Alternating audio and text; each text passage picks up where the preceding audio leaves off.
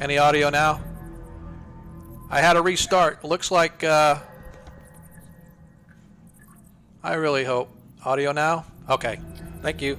Yeah, it's like our stream stopped and then it came right back, but I know we were having storm issues in one place. I don't have any storms here, but I think during that hiccup that we had that my audio went out. I'm glad somebody said something. So, all right, cool.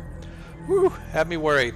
All right, man, I'm kind of getting excited. I'm watching all of these people on following and stuff like that, and we definitely appreciate it, folks. Definitely appreciate it. So you guys have caught us just after we turned a bunch of undead. Right after we had a fight with a lodestone. That was kind of fun. And now our party is deep within the ruins underneath the Mistmarsh.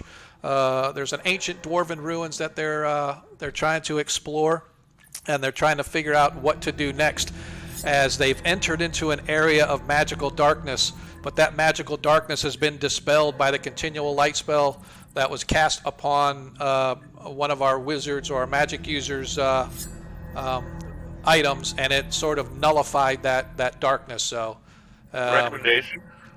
What's that? I got a recommendation. We still have some torches left, right? Oh yeah, you guys definitely haven't used hardly any torches whatsoever. Valorius, keep your eyes peeled, and whoever wants to carry some torches, step towards him and light them. I'll do that. Hey, I definitely appreciate every single one of you guys that are coming in to follow. Hey, Jay, you know that I love it, man. I definitely appreciate you guys coming across here on the raid. Like I said, I really think Jay would just felt guilty that I was ragging on him for taking my time slot earlier, but he'd more than made up for it now. Now I'm going to have to buy him something and send it so he can do it as a giveaway. So I appreciate it, man. I definitely appreciate every single one of you. Hope everybody's enjoying their Memorial Day. I won't say Happy Memorial Day because I never feel that Memorial Day should be a happy time. It should be a time to thank those that gave their all. But that's just a Navy guy in me talking. So, all right, man. Well said. Well said. Back to business, folks. Back to business, man. I'm all shaky now, man. I've never been raided before. It's like Jay burst my cherry. That's kind of. I don't know if that's a good or a bad thing, but here we are. Late night Greyhawk confessions. That's it, man. Late night Greyhawk confessions. That's what we're talking about. Okay. Let's see. So who's going to do the torches?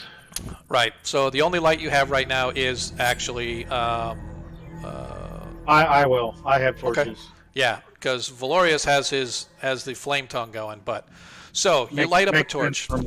What's the flame tongue? Is that 5 feet? Yeah, or 10 it's like a 5 foot. It's like 5 foot around you, right? So it's nothing much. It's just you.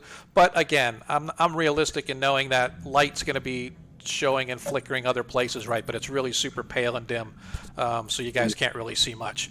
So from where you guys are right now, you can see that there is a branch tunnel going north, and there's this huge cavern leading off to the left. And from that cavern's direction, you can hear sort of grunts and groans. One thing that you also do notice as you light up the torches and it sort of lights up this area here, it looks like there's fungus growing in this chamber, and you can see that there's these huge, just the tops of the fungus sort of sticks out from the top of the water, and it's sort of mottled gray and sort of, under earth colors, right? Grays and blacks and kind of russet colors and stuff like that. But they all, like I said, they're large.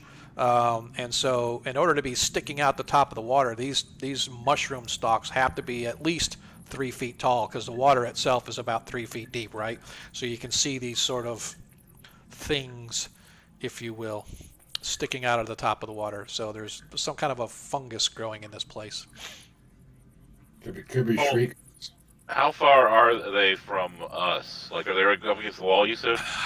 So you've got, like, over here, there's one there, there's one here. So they're probably 10 to 15 feet away.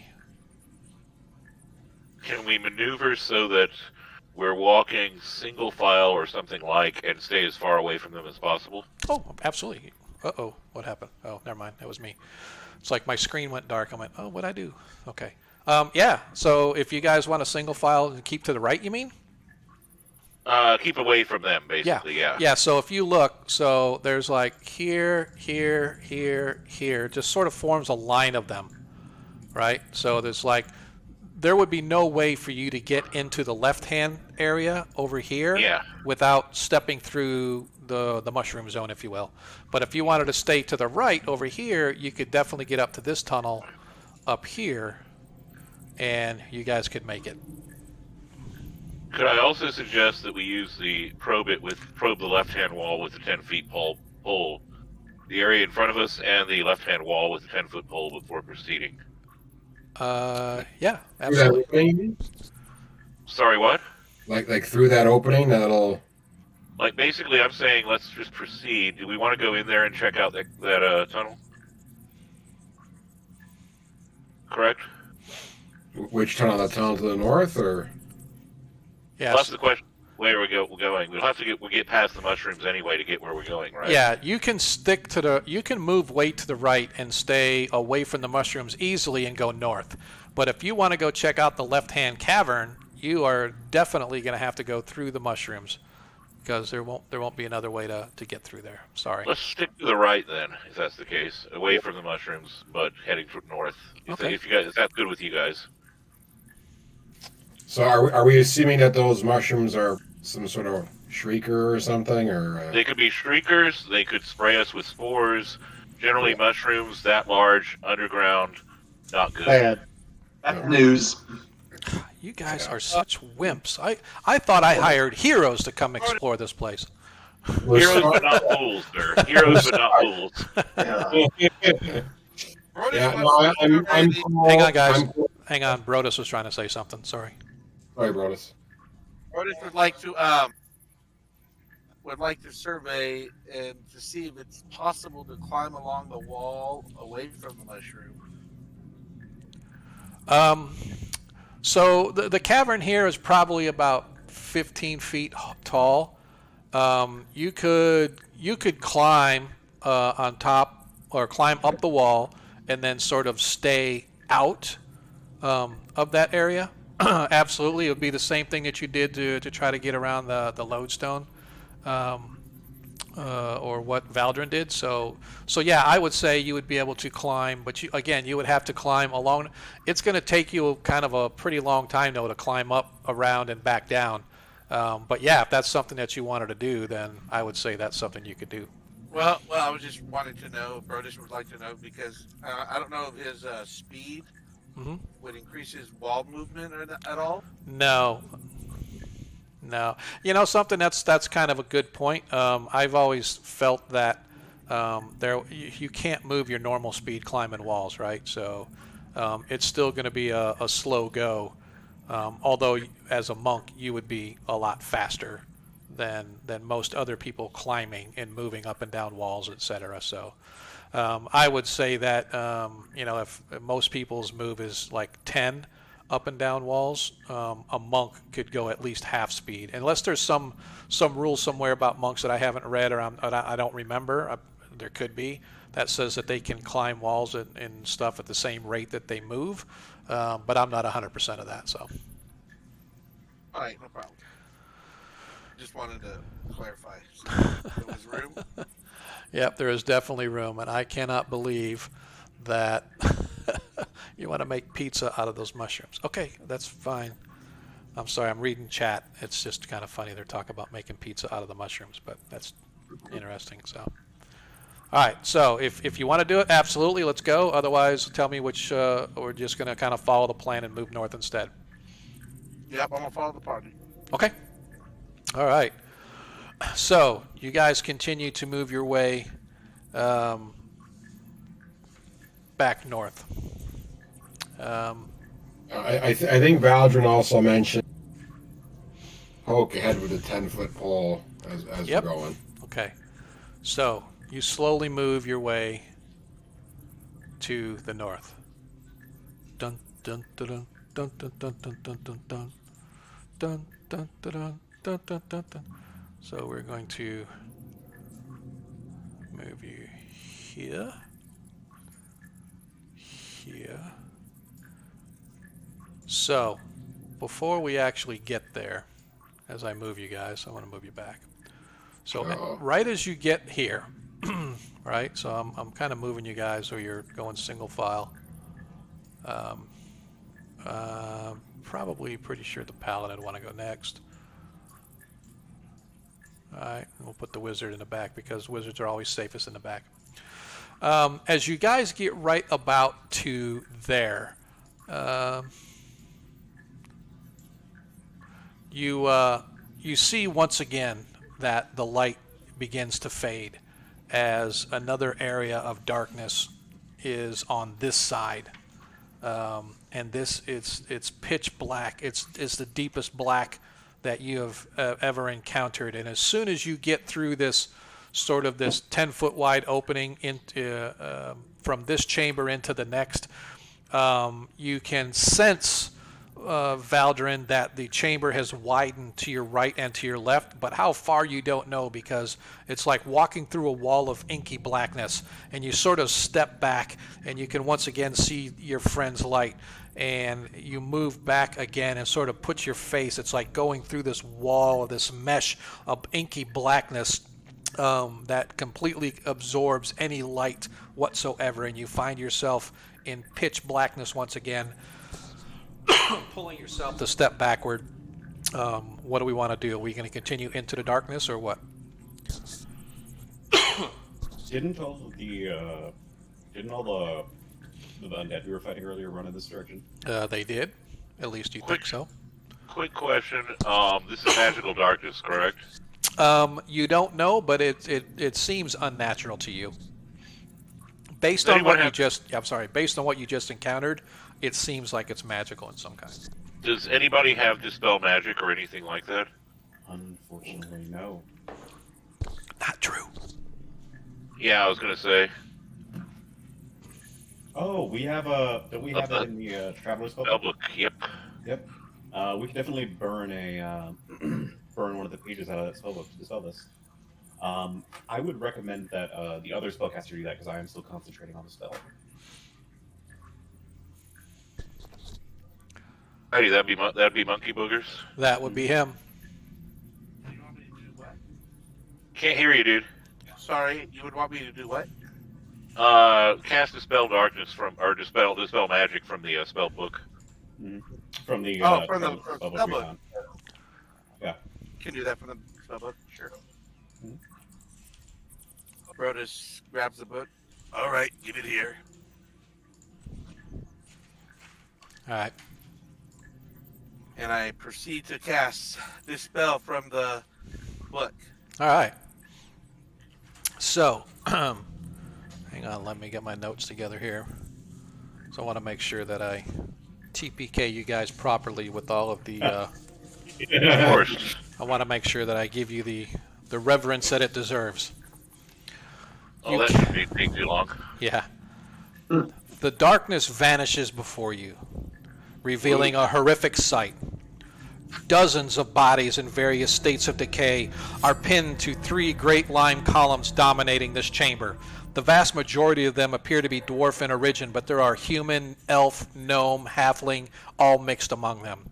Though they appear dead, many heads still loll back and forth, and several reach for the spears, sticks, or whatever it is that pins them to the rocks. The floor itself is covered in water at 2 to 3 feet deep, but a sharp rise leads up to a raised alcove along the eastern wall. In the center of the room, there's a low fountain of water splashing up. Apparently, some waterway below has broken through here.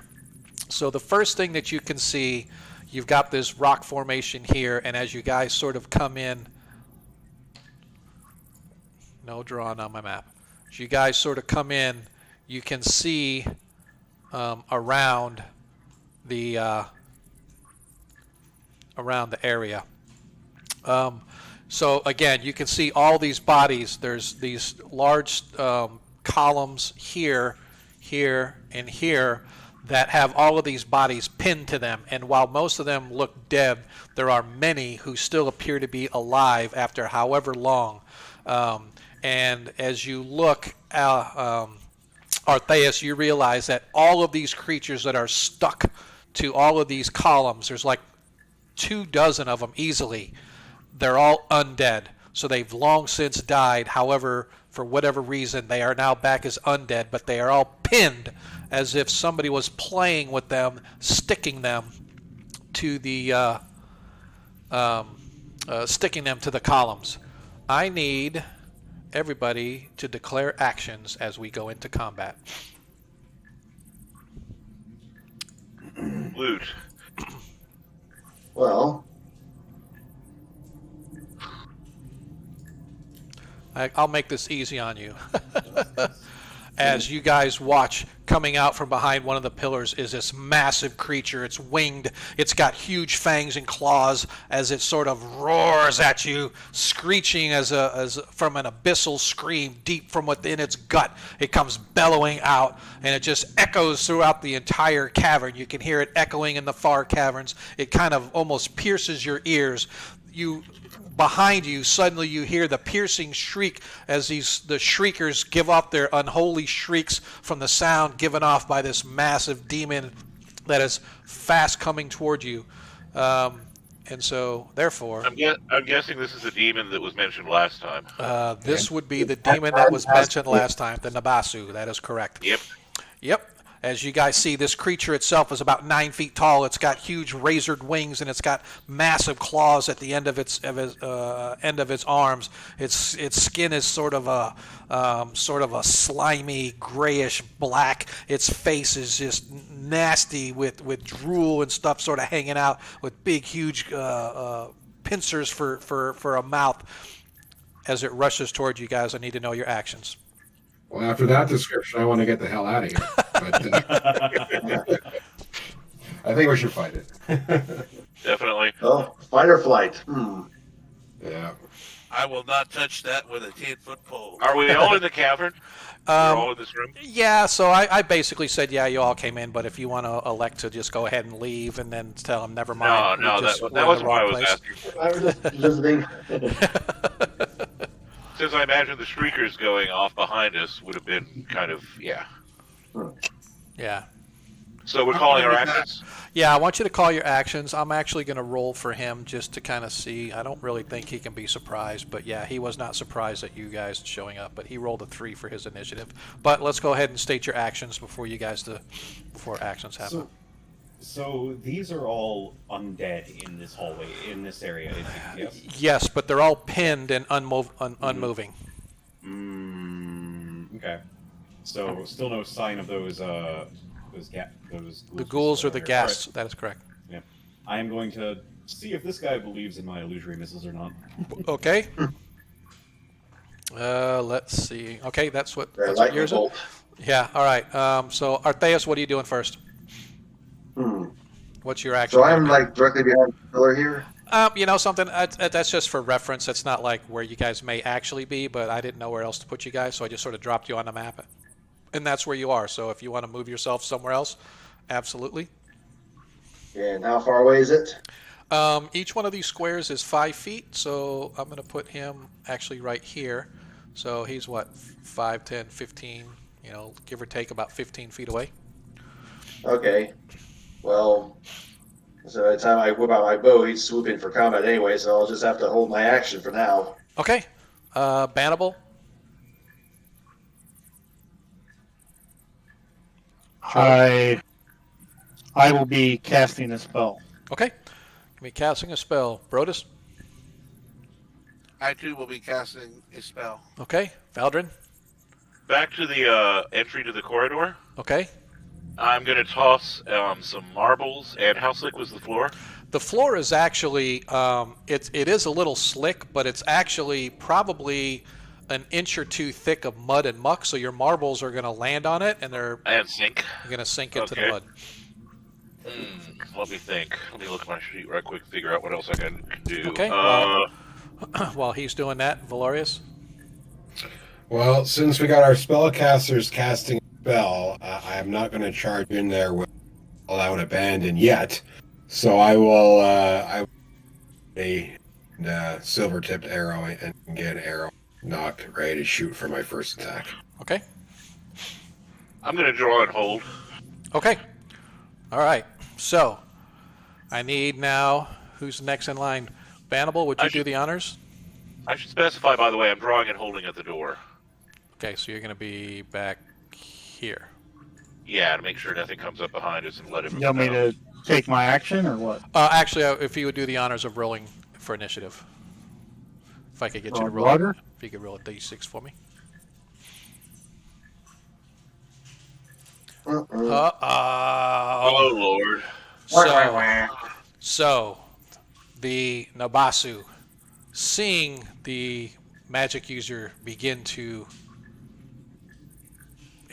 his incantation, takes flight for about 10 feet or so, comes swooping down on top of Brodus, and the first thing he does is he looks right at you. As you sort of look at him coming at you, you can see his eyes sort of flare up in this demonic, unholy visage, and you feel that his sight just bores into you, almost as if he's reaching in, and you can feel like he's almost sucking out your soul. I need you to roll a saving throw versus death, please. But I don't want to look at his eyes. They just aren't pretty. What about us that are casting spells? We still got to wait till our turn, or? Well, I mean, you were going to tell me what spells you were going to cast, right? So, I mean, you can wait till your turn to. I'm casting prayer, and it's 6 segments. Okay, casting prayer, Yeah, 6 segments. That gives everybody +1 attack, +1 saving throws, and all enemies -1 attack and -1 saving throws. Okay, so that will take an effect at the end of this round then. So would you cast it? Just want to give you a heads up. Yep, thank you, sir. Appreciate And that. keep in mind we have the spell book, too. Yes, you do. Brodus? You said death magic? Yes. Okay, here we go. Oh, boy. And what is your save versus death magic? Let's see.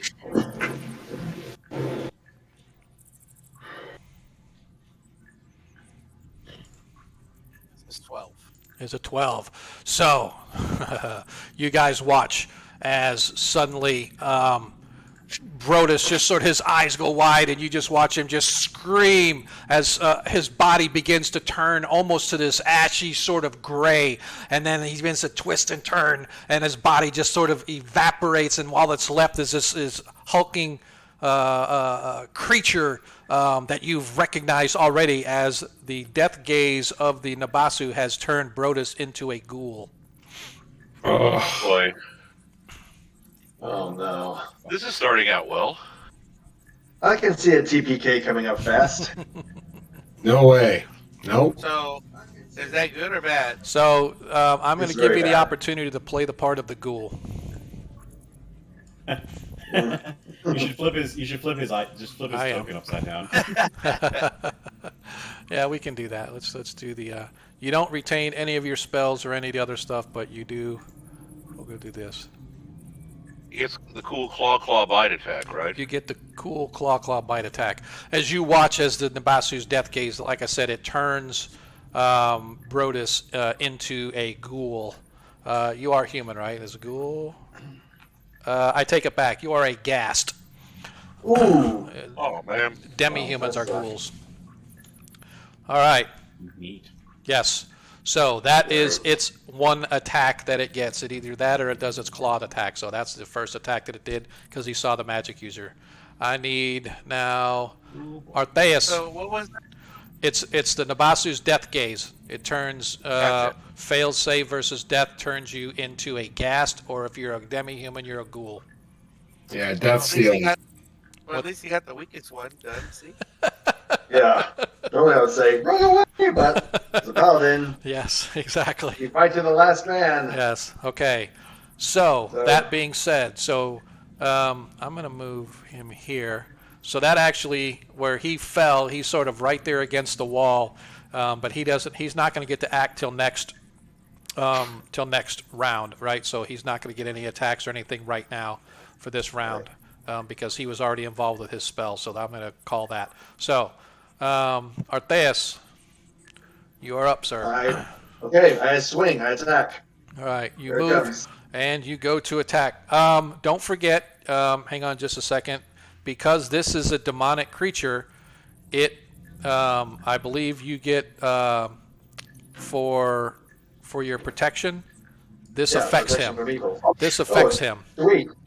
This affects So he him can't hit you with claw because he is a demonic creature. He cannot hit you physically, so he's only going to be able to do his death gaze on you. Which would be more than enough if I roll a 1. Which would be rolling up if you roll a 1. So I just need you to roll to hit. His armor class isn't really that bad. Here goes. 13. What do you need? What's your THAC0? THAC0 is, hang on just a second. 16? Yeah, that's a miss because his armor class is -2. Ooh. All right. And don't forget, I need to look at that protection again because I could have sworn that it. Hang on just a sec.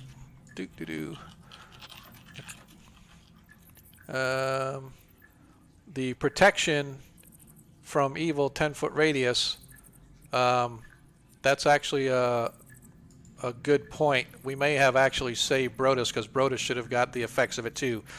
Check and see, does he get a +2 on his saves because of it, I believe, right? Yeah, I mean, if it affected me the same as affected Well, everybody I'm just else. saying, so, yeah. Oh, yeah. Yours is a 10-foot radius. That's what I'm saying. So everyone gets +2 on their saving +2. throws. So Brodus, you rolled a 10, so you got a +2. That was a 12. Your save needed to be a 12, right? You think so? Brodus, I think Brodus left because he's like, okay, I'm done. No, I'm here. Okay. Oh, Your okay. saving throw was a 12 for death magic, right? Yes. So you get a +2 on your saves because of the fact that you're next to the paladin who gives you a +2 with his holy radiance. So, so you actually saved. However, you realize what happens now is because you realize you felt him pulling your soul out of you, turning you and corrupting you into this unholy demon that he was going to use to fight alongside him. But fortunately, you felt the light of Heronius flush into you and beat back the demonic darkness that was the Nabasu as you managed to make your saving throw. And you are not turned into a ghast, which I was... Damn it. I was about to say. Man. Stupid paladins. Nice. Is it because I'm black? Jeez. It's because I made a lucky choice in my character That's creation. because I don't like Ullman. That's just all there is to it. All right, man. That's cool. Well, thanks, Pally. Man, that really helped. Thank you. Yes, Yeah, it no did. problem. Yep. Just doing All my right. job. However, you managed to swing, and you are not able to connect with the demon as he sort of moves to try to get away from your unholy attack. But I won't do his move yet. So next up, Bannibal. I'm sorry, Aster. We are going to see if he believes in my illusory missiles. So, Okay. Saving throw for him, I guess. Yep. Let me see here. First of all, let's do this.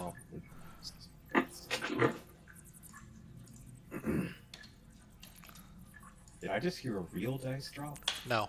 Ooh. So he failed his magic resistance, Oh. and now he has to make his save. And somebody look up for a fighter's saving throw versus spells.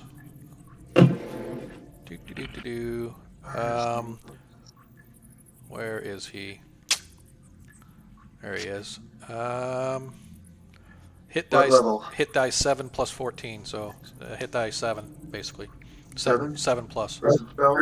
Roll 13. 13. So he fails his save. So he takes damage from your spells, from your thing. But as he, so now he will believe every time. However, he still gets his magic resistance save every time. Of course. 6 hit points of damage to the Nabasu. It's actually 9. I forgot to add the +1. Oh, too late. Too late. No, the wizard has to know what their spells are. Just kidding. So hang on a second. Let me get my notes out here. So you did how much? 9 total. Awesome. So you watch as nothing happens from the rest of your guys' standpoint, but suddenly the Nabasu's like, as it looks like he's getting pelted by magical darts or magical missiles being blasted out from Aster's whatever he's got in his hands. So you guys have no idea what Aster's doing, but you're just glad he's doing it because it looks like it's really pissing off the Nabasu. Yeah. I actually think anyone can see it who hasn't disbelieved it. Yeah, well, I'm just going to assume that everybody in the party knows that you're full of shit. So. Full of shit. Yep, exactly. Okay, Bannable, you're up, sir. All right. You casted prayer, right? I take it back. I Sorry. mutter my words, and I casted prayer. So everybody has a +1 to attack, +1 to saving throws. Okay. And all creatures have a -1 attack and -1 to saving throws. Okay, so that's good. at the top of the next round, that will take effect. So it won't affect. Well, Brodus. I'll let Brodus go. So Brodus, Valdrin, and Valorius. This will not affect you yet, but next round it will, because the spell's being cast now. It takes an effect at segment 7, which is after this, right? So you guys are only like segment 3 right now. So, so that being said, Brodus, you were casting your spell. Go ahead and what spell were you casting? A magic missile. Okay, so that was immediate. So, go ahead and roll damage. I'm going to roll for his magic resistance. I think it's look real quick. All right, don't bother rolling. As your missiles blast into him, you can see that it's like almost like his body absorbs the magic missile as it hits him, and it doesn't appear to have done anything to harm him whatsoever, as his abyssal magic resistance absorbed the power. Okay. I tell the as he's absorbing it, I look at the guys as I'm casting it, and I shake my head, like, oh no. Okay. All right. Okay. Valdrin the Whisper. I am guarding the door. You are and guarding making the sure door. Nothing comes up from behind us. Gotcha. That is a true thief in action right there, baby. Valorius, you gonna move around and attack him? Because you can't get to him. Can I reach him? Can I move and strike with my sword, or is he too far away to do No, that? you can definitely move. I just moved you. If you can see where I moved you on the map, that's acceptable. So that way everybody's kind of got the range there, and then you're from the side. So, so now this is not an undead creature. It is a demonic creature. I'm not sure if your blade's anything other than that, right? This Just is +1, I think. Yeah. +1. I just want to make sure if he's not necessarily a fire-using creature. So, yep, okay. So go ahead and roll your to hit. He's -2. He is an armor class -2, correct? All right, so we need 18. Don't forget, you get a +1 +1. attack. Yep. Good, I hit. And you hit. That's it. 16 plus, with the 17 hits. So, Nice. So 5. The damage, is the +1 on damage as well bannable, or just the attack? Just attack. Just the attack? Just the attack and saving throws. Yeah. Okay. So you actually did 4 hit points of damage, which kind of blows because you rolled a 1 on your D12. Yeah. Yep. So, because that would have been the +3. Yep. Man, if you Because don't, of my that's all right. So Yeah. you did 4 hit points of damage to him.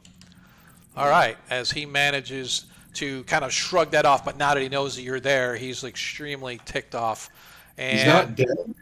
Is he not? He's really, really close to being annoyed. Okay. All right. There's one thing I got to say. At least creatures like this in 1E aren't like 5E where they come in with like 200 hit points. So that's always bonus. So, and fortunately, this Nabasu is actually, and this is just metagaming again, but this Nabasu is actually not a full-fledged Nabasu. He's Nabasu, the way they work is as they kill, every kill they make, they get stronger. And once they reach a certain point, then they're a full-fledged Nabasu. Then he'll be able to leave this place, and he'll be able to rampage the free city of Greyhawk, yada, yada, yada, yada, right? So he was just waiting for more food to come in, and you guys have provided him with adequate food to he needs 6 kills to reach a full-fledged Nabasu. So Not going to happen today. not going to happen today because at least one of you is going to run, I'm sure. All right. So we are back to declaring our actions. Artheus, anything other than swinging your sword?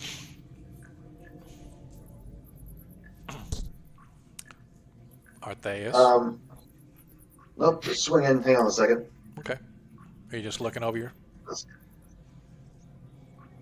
There we go. You okay? Well, no, it's not your attack yet. I don't want you to. You don't need to do anything yet. You don't need to attack or anything. We're just declaring actions right now. I just want to make sure what we're doing. Oh yeah, I swing with my sword. Okay, Aster, same thing with your missiles. I would like to continue that, unless I just want to know the answer to a question real quick. Sure. Magic resistance in first edition. Yep.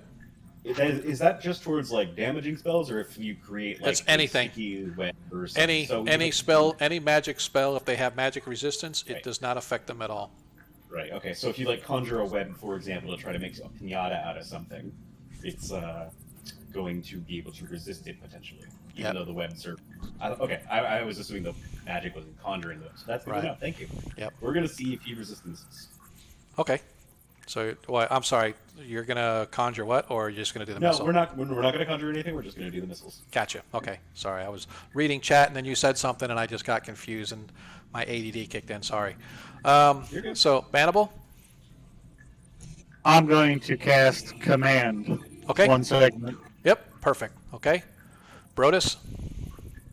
I am going to, since the magic missile didn't seem to have any effect, Brodus is inclined to just attack it with his bow stick. With his bow stick. Okay. Yes. So I just want to make sure that it's not a +1 bow stick or anything like that, right? No. At a certain level. level, your open hand attacks are magical attacks, right? I believe so. At first, yeah. So somebody, if you don't look it up already, I need to know just for sure, because I'm just going to give you the heads up that it's a demonic creature that can only be hit by magic weapons. Yeah, but I wouldn't know that. I understand that. I know, but I'm just saying. So I just want to let you know so you can prepare if your open hand attacks are like +1 or at least considered magical damage. Then. Well, I believe the +1 is at level 6, and I'm not level 6. Oh, really? God, look, dude, so close. I was gonna look and see. Yeah. Let me think. Yeah. Plus, you also don't forget you get 5 attacks per 4 rounds, so at least you get 2 attacks per. So I could have swore that it said, but I would like somebody to find that for sure for me because. Yeah, I know. Sorry, Cannibal. I don't know what to tell you, dude. I looked over there and went, what the heck? So I don't remember what my settings on there. That just gives me a reason to go check them. So, all right. So you are doing that with your bow staff, Valdrin. You're still guarding the exit. Yeah, the only qualification I'm going to make is it's not on the character sheet you provided, but we discussed this before. As one of my mundane items, I have some oil. Yes. I'm going to pull that out and keep my tinderbox handy. Gotcha. I like it. Okay. All right. And then Valorius, I'm assuming you're just going to be attacking with the flame tongue again? I'm going to remind him of the power of the flame tongue. Okay. I've been waiting for somebody to say the power of Grayskull, but I'm just saying that's just a flashback. That's what I thought Bannable was going to say earlier when he said the power That's of. what I was envisioning it as, But... So you got it. You picked up what I was putting down. Yes, sir, I did. I am down. I'm down. So now, as the demon, seeing that he is becoming almost surrounded, sort of takes a step back. And let me see how many attacks does he get. He gets 3 attacks, 2 claws and a bite. Ooh. 2 claws and a bite. 1 claw is going to be... Actually, he's going to stay where he's at. The hell get that. He's not afraid of you guys, you bunch of wussies.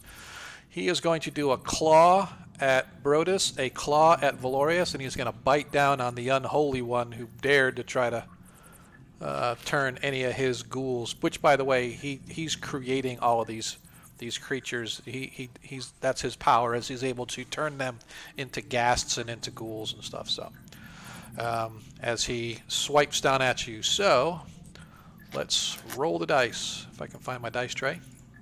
All right. So first attack. This one is on Brodus. Brodus, what's your armor class? 7. 7. Yes. As he hits. -1. That's right. All right. So he rolls a 7. Can somebody? I wish I'm gonna. That's one thing I'm gonna have to note. I'm gonna have to put their THAC0. I don't have his THAC0 on here. This sheet. What's a 7 plus fighters or 7 plus 14 hit die monsters THAC0? Somebody have that on their DM chart? I don't have mine open. Monster? Hang on a second. Yeah, I should. The 6 and 7 plus hit die monster, THAC0? 7 plus 13. 13 THAC0. So he hits a 7. Yeah. So 13 minus 7 is 6. So he needed a 6 and he rolled a 7. So he definitely hit Brodus.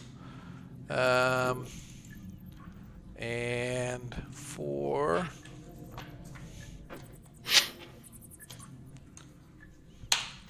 15 hit points of damage as he slams his claw down on top of Brodus. Okay.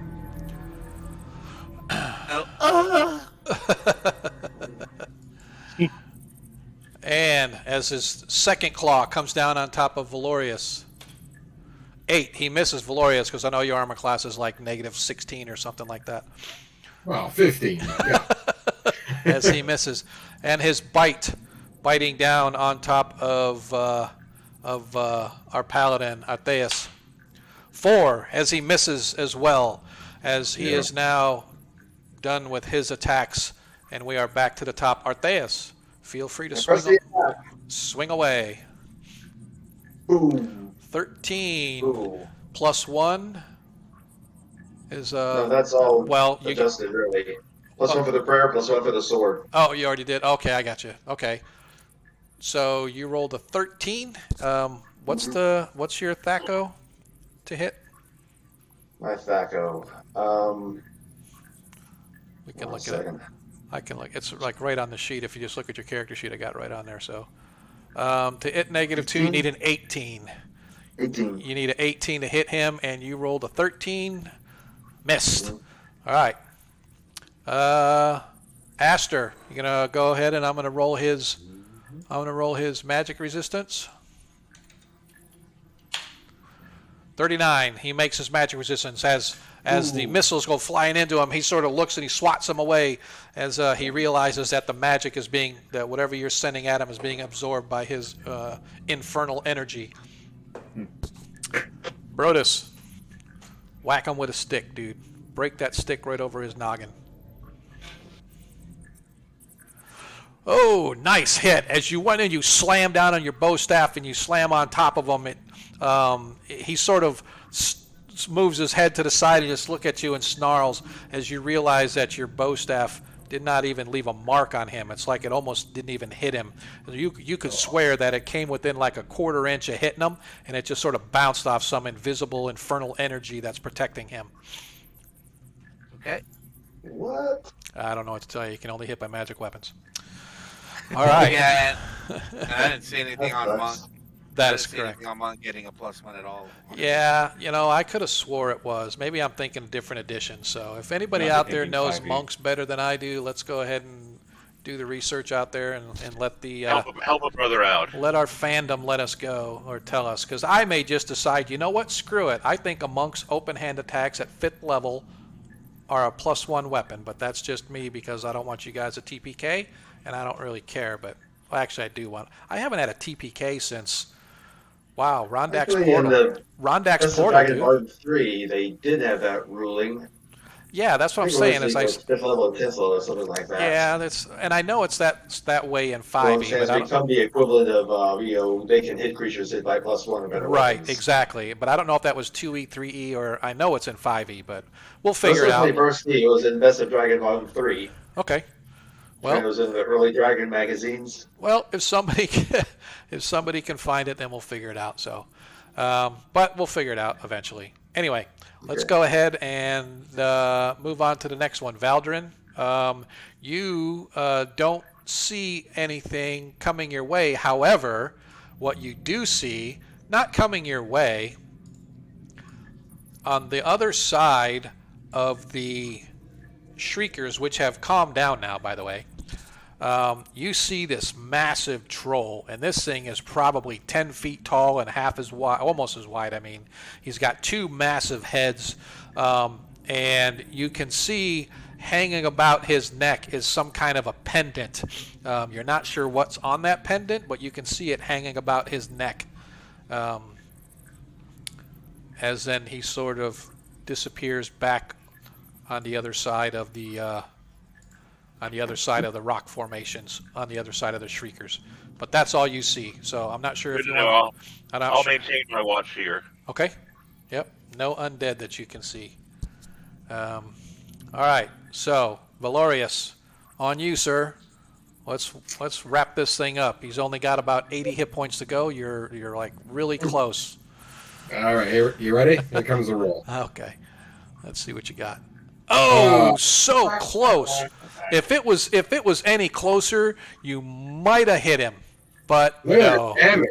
Look at that damage. I though. know, dude. Oh, You'd have done 13. But the Yeah. problem is you need to hit him before you can do damage. That's just me. That's rules as written, yeah, right? So. that's raw. That is raw for sure. All right. So that wraps up this round. Whoa! I got skipped. Oh I didn't get shit! to Did I cast do my it again? spell. Dude, man, I don't know what. You are right. You are right. My bad. Bannable. Go ahead. And you know something? I've done this to you like 2 weeks in a row now, man. I don't know what it is. Why? It's like I hit Aster and then I go right to Brodus. I just skip right over Bannable. So Paylor hater. And shit. that's what it is. That's what it is. But you know, I'm a flan kind of guy, so I don't know why you're saying that. But all right, dude, let's go. Go ahead and roll. I hold up my holy symbol to the bridge of my nose, and I shout, "Paylor, Paylor, Paylor, ho!" And I command the Nabasu to surrender. He has to roll save versus magic. Okay. First of all, we're going to do this. And his magic resistance overcomes the magic of the spell that you call down in for Paylor. But this for shits and grins, let's go ahead and roll and see if he would have failed. Yeah, he probably would have passed anyway. But he just sort of looks at you and he sort of, you could see this sort of anger, almost as if he's like have something burrowing into him, almost taking control of him. But then he shakes it off with a roar, and you realize that Paylor has not been able to penetrate the abyssal shroud that covers this evil, nefarious beast. Hey, before we start the next round, Sir? I was going to ask, could we, again, like, keep in mind what we have in the spell book? This is Maybe. correct. And Aster does have that spell book. Can you? Did you Yeah, write this down? hang on. anywhere? I 'Cause did write it There was down. there was something about a conjure or destroy or repel or evil or something. I don't know. Hang on just a second. Let me...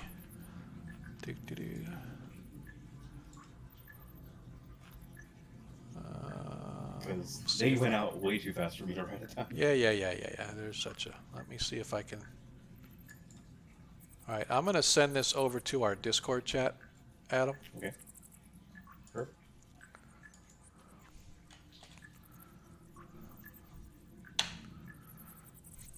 So while we're deciding on ours, we're going to go ahead and go through what actions we want to do, but we'll give Aster some time to kind of read through those. So Artheus, anything different that you're going to want to do other than attack with your blade? No, that would be it. Just press the attack. Okay.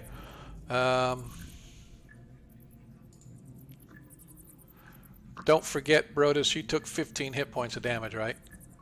Yep. Okay. I'm updating your character sheet just so I don't forget, so you don't have to if you don't want to. Oh, okay. So I just want to let you know that Brodus is down half his hit points, so I just want to say.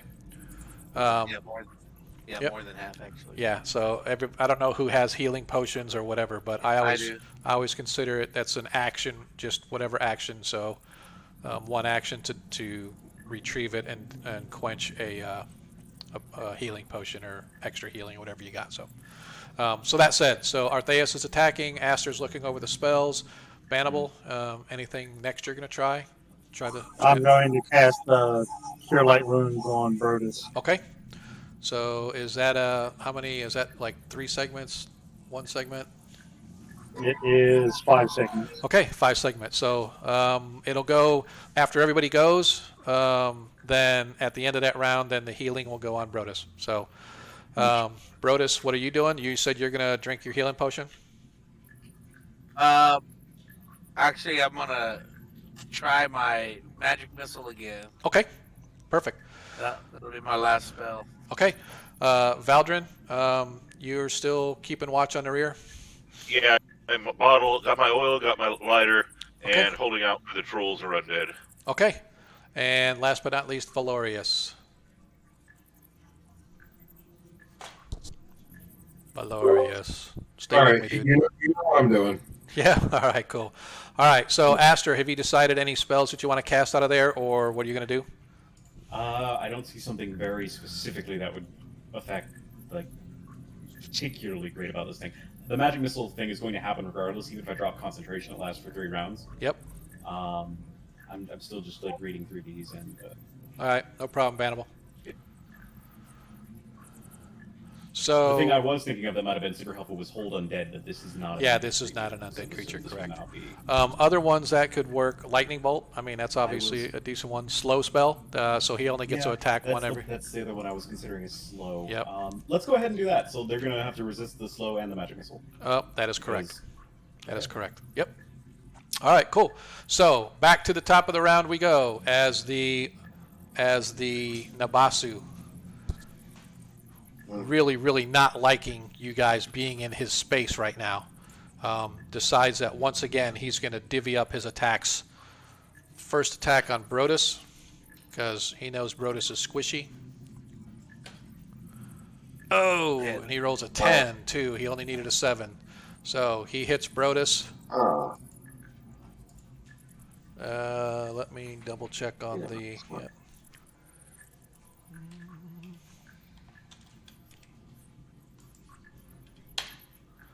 7 hit points of damage. Yay, I gotta like it. Roll double 1s. Are you kidding me? 7 hit points of damage to Brodus as the claw slams upon you. Oh, natural 20 as he hits Valorius. Oh, Oh no. come now. Not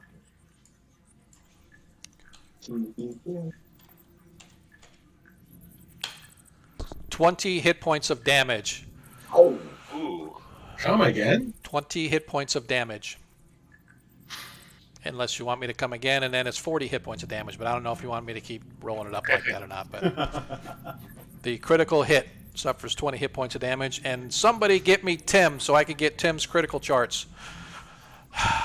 Where's Tim when I need his critical charts, dang it. And the last attack, another natural 20. This one against the Paladin. Hey, oh man. my god, that's it. Nice one, yeah. And this is the bite attack, too. Oh, Great. that's going to hurt. It's school time. 4 hit points of damage. Oh. There's some Freaking there. kidding me. Seriously. The one time I had. It's okay. Yeah. You got 2 20s in a row. I did, dude. Complain What's about the up with second that? one being, Hey, don't man. Don't complain about the second Hey, one. man. being Hey, man. left. So this is what Dwayne feels like when he's rolling dice. This is what I'm Oh, liking, so I like it. Night. Yeah. All right. So, Artheus, you have been bitten by this creature as you feel its fangs bite right through your armor into the flesh as he pulling back a chunk of your armor. But fortunately, the armor took most of the brunt of the blow, just leaving a huge scathe across as you feel the burn from the bile that's dripping from this creature's mouth, and it's literally burning the wound as it's leaving its mark. Your attack, sir. All right. Swing away. Okay. Ooh. Nice. He hits. Go ahead Yeah. and roll your hit. Don't forget you get sized? No, it is a large creature. Large So it's a creature, okay, D12, D12 plus 1. Plus 2. Plus 1. You don't get For a the plus. prayer? The prayer doesn't count for damage. It only counts for the attack. Oh, okay, plus 1. So, boom.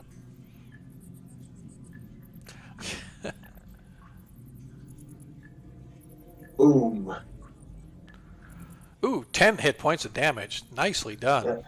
As you slam into it, this time, he felt it. As you slice through him, and he lets out a roar, and you watch as this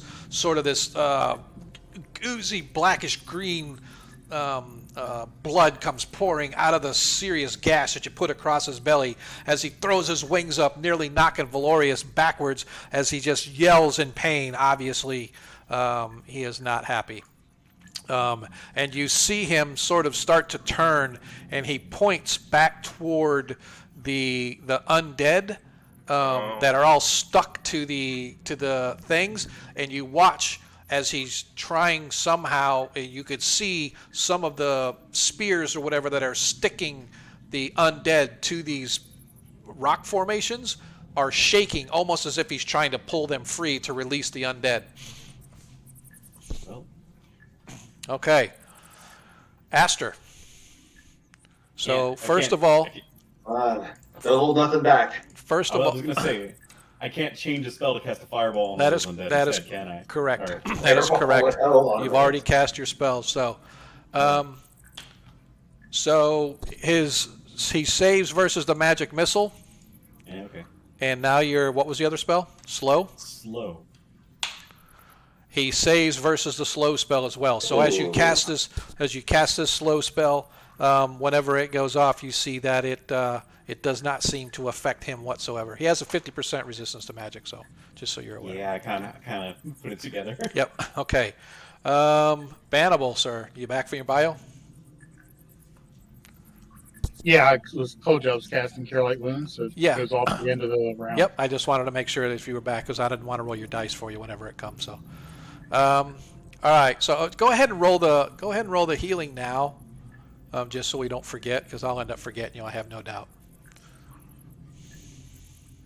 It's 1d8 or That is- 2d4. Cure Light Wounds is 1d8, I believe. But does it go up as you go up in level? That's the only thing I don't know. Let me double check.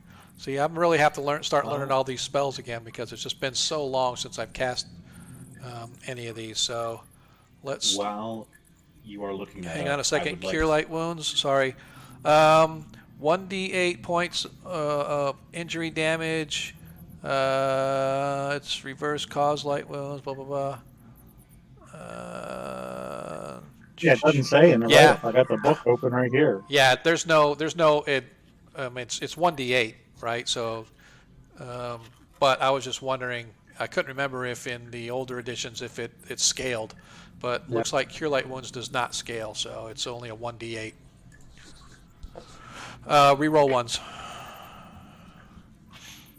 Not on attacks, but I'll let you roll. Okay, 7 hit points back to Brodus at the end of this round. Not right now, but at the end of this round. I would like to just remind everyone that there is a healing potion on my belt that if anyone is about to die, could pretty easily reach over and grab, probably. I would Or you imagine. could toss it to them. Say, "Give me a healing." Or I Okay. Is All right. Is that the thing I can do? Okay. Well, you can just say. So, Brodus, you go ahead and quaff your potion. Go ahead and roll how many hit points you get back from your potion, or were you not going to do that? I forget. No, it was a magic missile. Magic missile, that's right. Go ahead and let's see if his magic resistance. I'm being attacked by a severe case of cuteness behind me. Sorry. Yeah. Oh, he fails. He fails his Yes. he fails his magic resistance as the blow from the paladin obviously weakened this creature as Brodus manages to get his magic missiles off, blasting into the underbelly of the Nabasu. Well done. Go ahead and roll your Nice. damage. 3 die 4 plus 3. Big roll. Big roll. Big money, big money. No worries.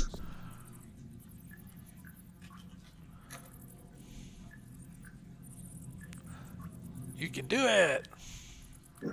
9 hit points of damage as as the 3 missiles coincide Slam up into it. underneath it.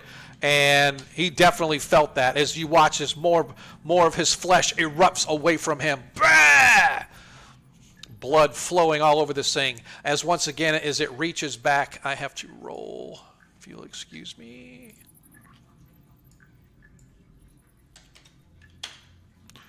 Gah! No, he has not been able to release the hounds yet. So, Actually, it should be 12. why would it be 12? Oh, you forgot to add the 3. 12. Nice. Nice, even better. I didn't No, check super the nice. +3. So, +3 more? Awesome. As that's even better, as more of his flesh and more of his blood's pouring down his body. So Brodus has a very perplexed look on his face, trying to understand why his other one didn't work. that's because the paladins touched him now, then he's taken away his power.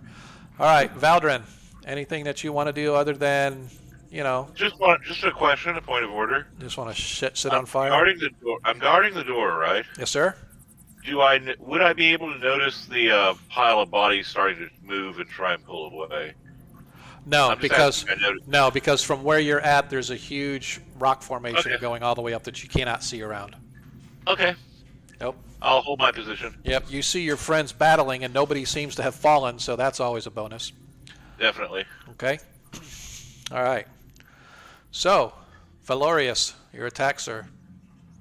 Here we go. You guys ready? Yep. You got it, man. Grit.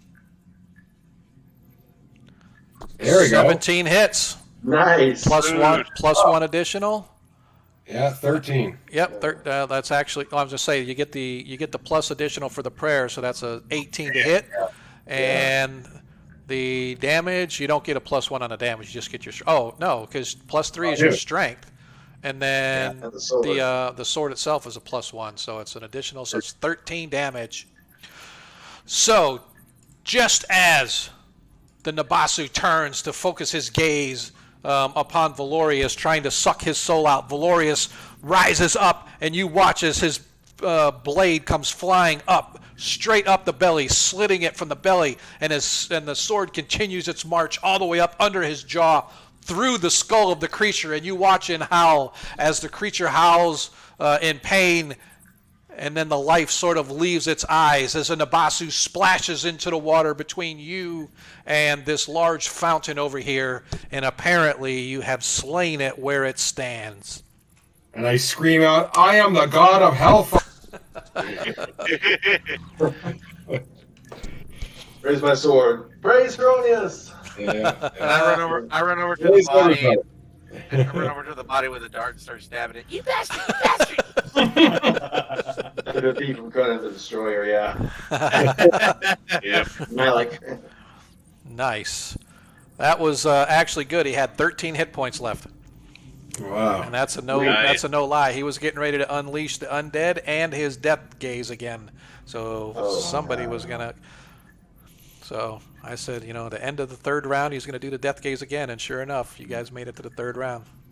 So that being said, the beast has fallen, and you watch as all of the shaking sticks and everything stop. But the creatures that they're pinned by are still there. Well, I was going to fireball the room to get rid of all of them. Oh, you can do that if you want. Does anyone have any objections to that course of action? No objection. No. All right. No objections. Wait, let me drink my Wait. healing potion first. Hey, question. Sir? Before you do, Back up. Yeah. My healing spell goes off, Brodus, so you get That's 7 right. hit points. That's right, Brodus. You get 7 hit points back. Right at the end of the turn, or right at the end of the I have a round. question. before we do, can I make a suggestion? Yeah. Let me use some of my. Let me come back into the room. You take my position. Oh, Let me use my oil to set fire to the bodies, so you still have the spell slot in case we run into the undead or the troll. Sure. Good idea. I like that. You mean there's something harder than this? I mean, there's a two-headed troll with some kind of medallion out there, as well as the ghouls and gas that we chased off. All right. Seems reasonable. So, Yikes. Alright. I'll use my oil and just set fire to the pile of bodies. Okay. You Meanwhile, hit- I'll lay on hands on myself okay. because I'm already at half hit points. All right. So you get yourself 12 Brings hit me- points back. Yep, back to 37 hit points. Okay. If my math is Um, right. Yep. It takes maybe 15 or 20 minutes to get things going, but soon enough, Valdrin, you manage to get the bodies ignited, and it begins to billow with this thick, sort of nasty black smoke of oil mixed with burnt bodies, and you're watching decaying as all flesh. the bodies, like I said, they're like, "Ah," and they're sort of struggling to get free off of these spears and spikes and everything else that have been holding them in place for lords know how long.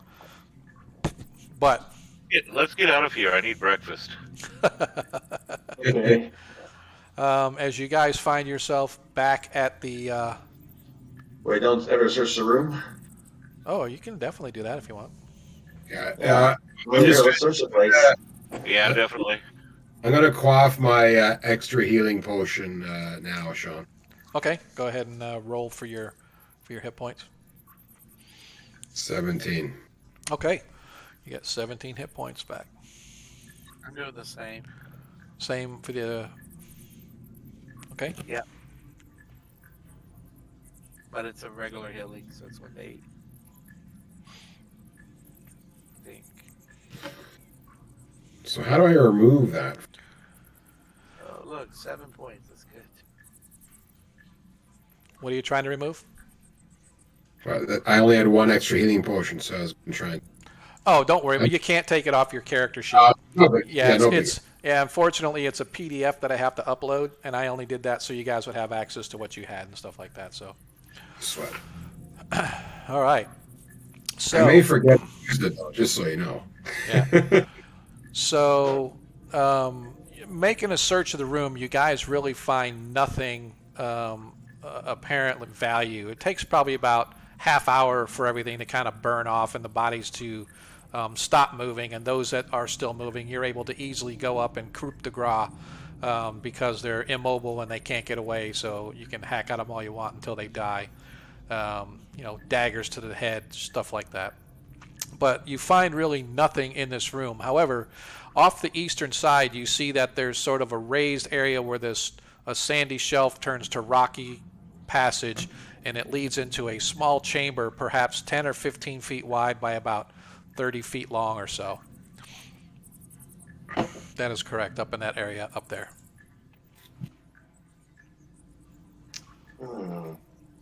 I think we should go investigate that. Shall we? Yep. I think we shall. Lead on. So, inside, you guys find what appears to be some sort of an inscribed magical circle. It's sort of looks like it has salt intertwined with it, but there's all kinds of archaic symbols set about it. There's a niche cut into the stone that sort of has the shape of a large circle, and there's a small sort of groove running around. So what it really looks like when you look right down on top of it, it looks like a necklace with a pendant at the end of it. And so this niche is sitting there all by its lonesome, but nothing anywhere else. Other than that, you see, like I said, the circle itself that has numerous arcane symbols all about it. Question? This Hey, is the thanks for the outline follow, of- Doc. This is the outline of a pendant, right? That is correct. It's carved into the stone. Does it look like the pendant that I saw on the two-headed troll? Quite possibly. Quite possibly it is something, or it looks similar, but you didn't get a great shot of it, but it was a large pendant hanging about its neck, so... And didn't we hear something earlier about a pendant or item that was brought down here? Yes, Rolanta, the Sewell mage who came to the keep ages ago, had a pendant about his neck, and inside that pendant was supposedly the essence of Jubilex, the faceless lord, lord of the oozes, slimes, and whatnot. And he carried that about his neck, and apparently Jubilex wanted it really, really badly, and he kept sending demons after it until he got it back. So apparently Sewell Mages ages ago stole a bit of his essence, and he hasn't been happy ever since. Which would be why there was the Curse House Nalax bit, since the House Nalax is a Sewell house. Yeah, Correct. that sounds like a phylactery of monstrous attention. You know, think about it. gentlemen, Nailed if we want to finish it, I suppose we might want to go after that troll. If the troll has the pendant, or if I'm not mistaken, it might be the same pendant, and the pendant's no longer where the demon had it. Okay, well,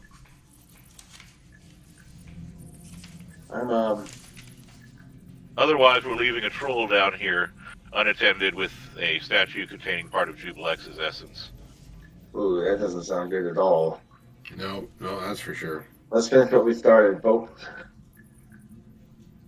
And just remember, you have a fireball spell ready, and trolls, yeah. Yeah, okay. So that'll stop him from regenerating. I got the flame tongue too.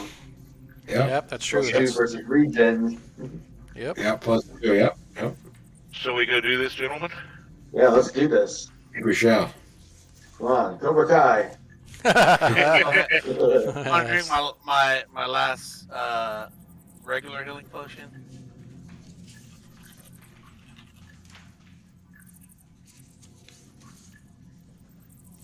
All right. Just so you guys know, I am out of healing spells. Just FYI. Smoke them if you got them. Let's go. So I do have 3 regular healing potions. If anybody needs one, they're more than welcome to it. How close up to full hit points is everyone? I'm just 3 short of full. Me too.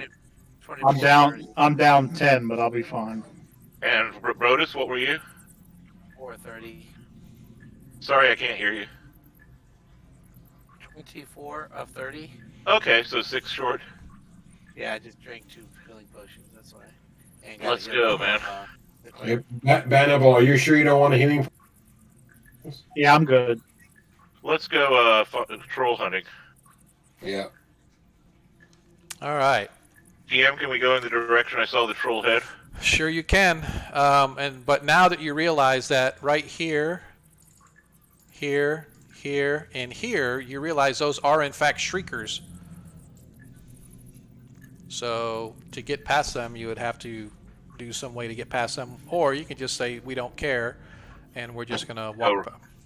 I'm gonna cast a spell whenever I come up to where Valdrin is. Anyone have silence?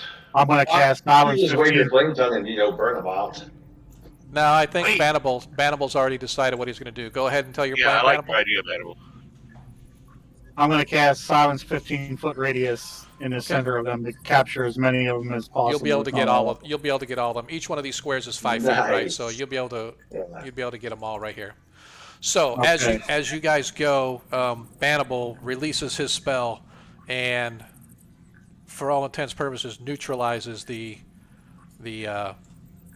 shrieker's noise. So sort of tell me which way you want to go. Sort of double click on the map. It'll cause a little sort of way to go. I just want to know what route you're taking to get down there. All right. Somebody that wants to lead the way. Okay. Something like that. Yep. Well, like I said, you can double click on the map and it'll show this little radar thing. This ping. There you go. So I was just kind of curious what route you want to take. So as you guys move and follow in, I'm not sure where Banable wants to go. I'm not sure where Brodus wants to go. I'm just moving you guys. I know that. I would like to stay outside the circle of silence, if possible. So if I can. you can be over here, and your elven vision will allow you to see right down this,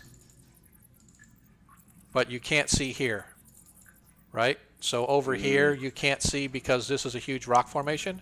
But your line of sight would take you like here, here, here, all in here. Right. But if they get down this way, Right, of course. you won't see. So, that said, so I'm just going to move you guys just like this. Is this okay with you guys? I mean, you guys can move yourself wherever you want to be, but that's where I have you right now.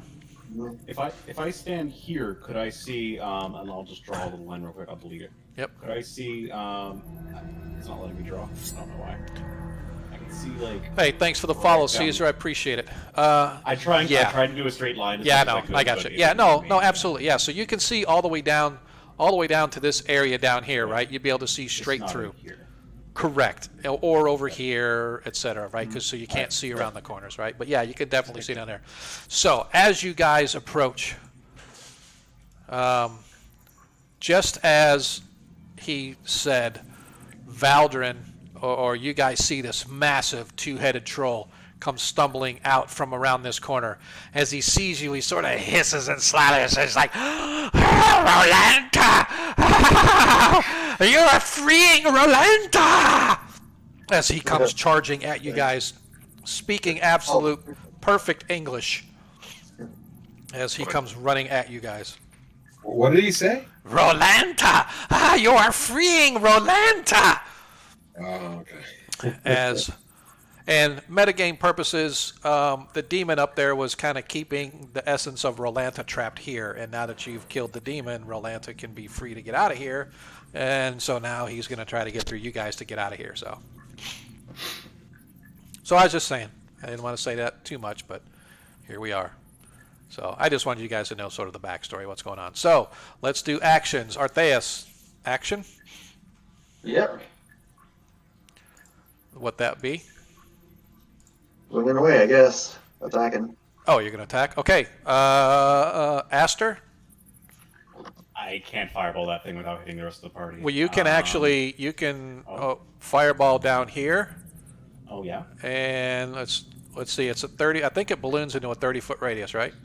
Yeah, but it also fills the shape of its container with. Yeah, that's true. So I would say that the anybody right there in front of from Artheus all the way to the end, so from here, all the way, they'd have to make their saving throws. So Artheus would probably be caught even if you cast it down here. Yeah. Yeah, it's not happening. I'm not going to fireball the party unless I have to. Okay. So in the meantime, let you think of what you want to do. Bannable? Oh, no, I know what I'm going to do. Oh, I'm going to web him. Oh, you're going to web him? Okay, sweet. Yeah. I like it. In this area here, like stopping where my party is. Gotcha. Okay. So you just want to trap him in webs. What's the just entrap them and they have to make a strength check to break 3, right? I am going to pull it up for you right now. All right, you go ahead and I'll look that up. copy paste it for Yeah, you. you look it up. Once we get the spell off, you should have it by then. I already Bannable. have I will be donning my mason shield. Awesome. So we're gonna move you here. Brodus, my man, what you got? I am going to be. Climb walls, dude. Just climb walls. I've been waiting for you to climb. No, I'm just kidding. going. Is he large or is he? He is a small? large creature. He's like 10 feet tall. I climb him and try to choke him. You can do whatever you want to do, man, as long as you make the successful attack checks. Okay. I'm going to just look at my bow and my darts and figure out which one I'm going to use. I think I'm going to go with my darts. Okay. You would have to move a little bit in order to get a shot at him, but absolutely, let's do this. We'll move him. Since you are not doing well, no, we'll do that. We'll put him right here, so everybody can move around to kind of get him. All right. So then, as well, Valdrin.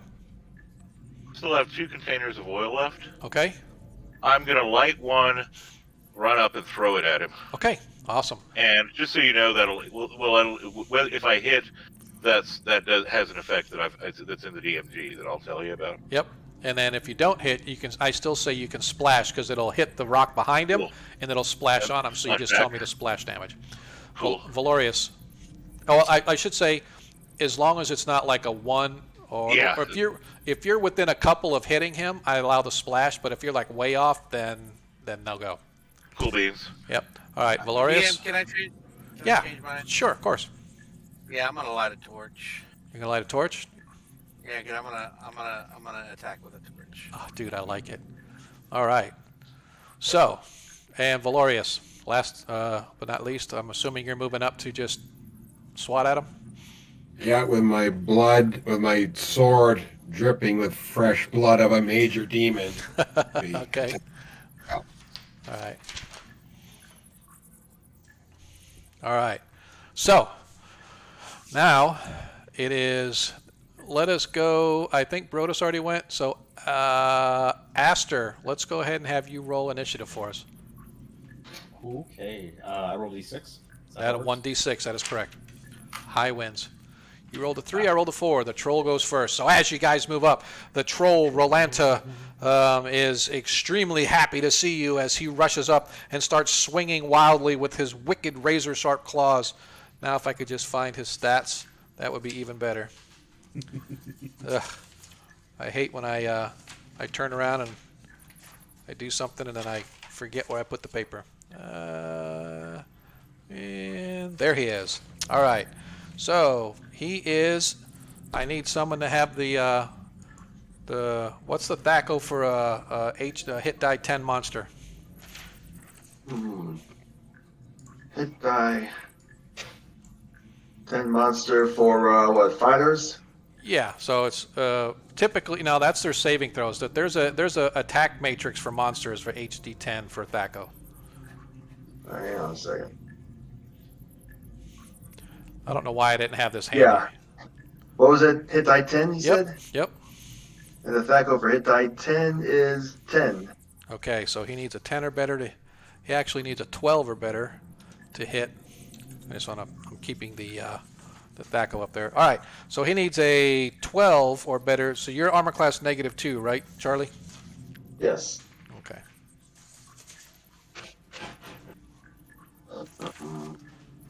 Okay. And his attacks, he gets 4 attacks. Okay. Yep, because he's only using these. Now I won't say it, but there's some really deadly stuff that he could do too. But we're going to start with just the 4 attacks. So he's going to do 1 attack on each of you, and he's going to bite at the paladin. So his first attack at Valorius, your armor class -2 as well, right? Valorius. No, it's 0. Oh, yours is 0? Okay. Well, he hit a 19, so Ooh. he hits. As his first one hits,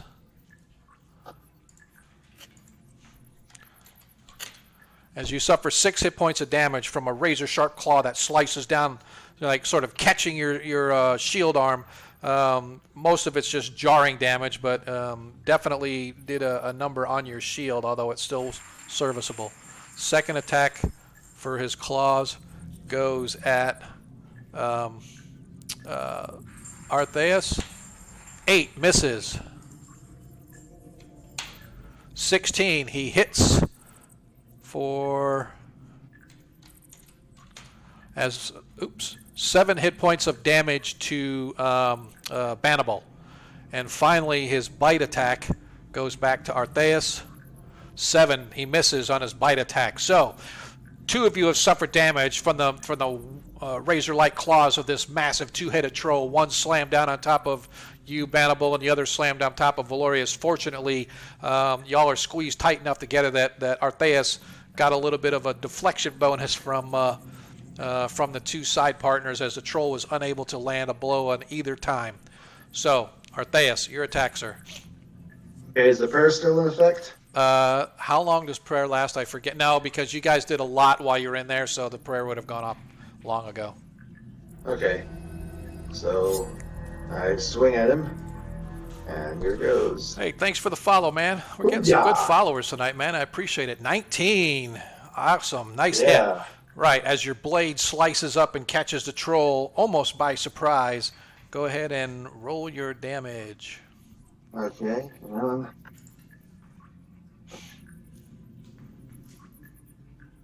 Let's do max. He is large. Boom. 7. Nice. 7 hit points of damage. That leaves him with this many. Awesome. Have I got his attention? Yes, you got his attention, as he's gonna be focusing on you after this. Oh, all right. Great. Aster, go ahead and roll your attack. Go ahead and do you're casting your web spell. And yes, I am. I was going to place it sort of in this area. Try Yep. to draw it for you. Yep, gotcha. And he gets a save. So is it a saving throw? Is it a deck save, or is it just It save versus? doesn't Oh, I'm say. sorry. It It's says a save versus spells, right? All right. Yeah. So 17. I'm sure that he saved versus spells, so that's a 10th level save. So he manages to save. So In this case, he either needs to jump free or the webs are only half as effective. Okay. All right. So what are the effectiveness? I mean, it says that he's either stuck in place and has a 5% chance of suffocating each round, or if he has a strength between 13 and 17, he can break through a foot of webs each turn. Or, Okay. sorry, it says 1 inch. No, Yeah. but, Yeah, it's a foot. Yeah. If he has a strength of 18 or greater, he can break through 1 foot. I think in this case, it's probably going to mean it does nothing to him, maybe?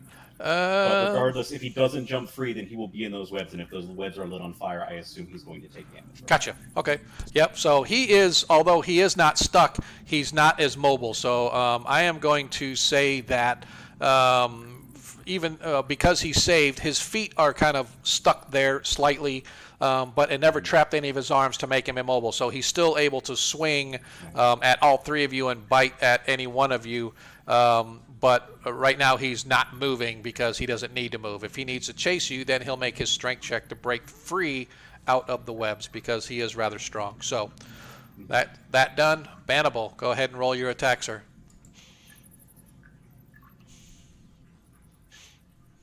$17, nice, hits. Yep, that's his armor class is actually 4, so whatever you need to hit an armor class 4. So as you hit, go ahead and roll your damage as a 1d6 for your mace. Nicely done. Look at this, man. This is going better than before. Take notes, kids. As you slam into him, as he's trying to sort of, you watch as these massive webs begin to encompass him, and he sort of struggles and he breaks free. His upper torso is free. His feet are still semi-planted, leaving himself open. You catch him in his right skull. Whack! As it turns his head sideways, and as he screeches and howls in pain as he scrambles to recover and repress his attack. Brodus. I yell, you just got bonked. All right, so can Brodus move this direction? Yes. Here around this area to get behind him? Yes, he can. He has a 19 movement, so I'm pretty sure he can move. Although now you're standing in the middle of webs. Oh, is that what that is? That's the pink stuff is web stuff. So you can go. Is a web a slowing effect on him? Yeah, the web doesn't really have a slowing effect on him. It's just there for effect because that's where Aster cast it. The troll made his save, so he wasn't completely captured by the webs, but his feet are still in it, so he would still have to break free as his feet. But if you go there, you're going to have to make a saving throw to avoid being stuck in the webs, and then he can turn around and get automatic attacks on you because you're immobile. Well, I don't know if this has anything to do with it, but I have as an ability, what does it say here? Immune to disease, haste, and slow spells? Yeah, this isn't a slow spell. This is a web. Okay. Just thought I'd ask. Yep. So what were you going to try to hit him with? Because you can back up and you can go like here, and you'd be out of the webs, and you'd still get a free attack I'm on going him. to try to hit him with the torch. Oh, yeah, no. The only way you would be able to do that is to kind of go up and kind of dance around and get past. No, I'm going to get in the web. I'll take my chance in the web. Okay. I need you to give me a saving throw versus spells, please. Okay.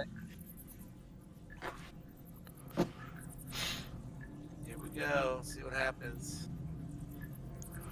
Hey, I appreciate you guys kind of hanging out.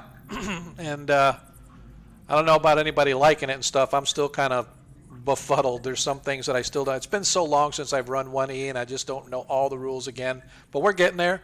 This is only our second session, so hopefully you guys will carry along with us to our 1E one-shots. This particular adventure that we're running is actually a play test that we're going to be running hopefully during Greyhawk Con this coming October. So in the future, though, I plan to start an actual 1E one-shots campaign with first-level characters and just kind of take them from adventure to adventure throughout the Flannis. Probably do some of the more well-known adventures as well as maybe some that aren't so well-known, and just kind of see where it goes and have a good time. So hopefully you guys will come back every Monday. And if you like 5E, we actually have a 5E game every other Friday.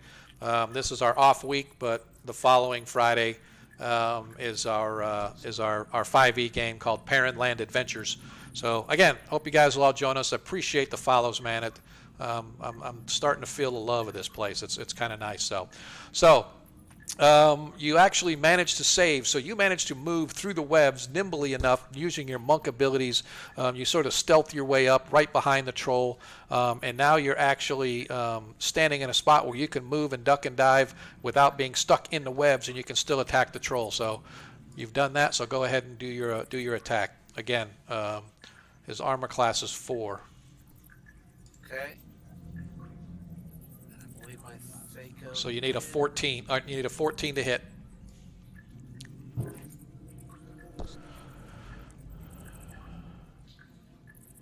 Dun dun dun. Oh! No. Just a bit outside. No, as you swing, you manage to sort of twist, and the effect of trying to keep your balance and stay out of the webs and hit the troll kind of throws you off balance just enough where the torch sort of slams into the rock behind it, and it realizes you're there as one of its heads sort of spins around Linda Blair-like during The Exorcist, looking down at you going, "Ah!" as his tongue sort of waggling out and his claws sort of doing one of these numbers. But he knows you're there now, so... just another morsel to feast upon. Let's go ahead, Valdrin. Your shot, Hey, sir. gonna run forward and do my oil. Okay, go ahead and roll. 820. That is correct. Just roll it to hit, just like you would hit your Thaco. You need a 15 to actually hit him, and yeah, you don't do D20.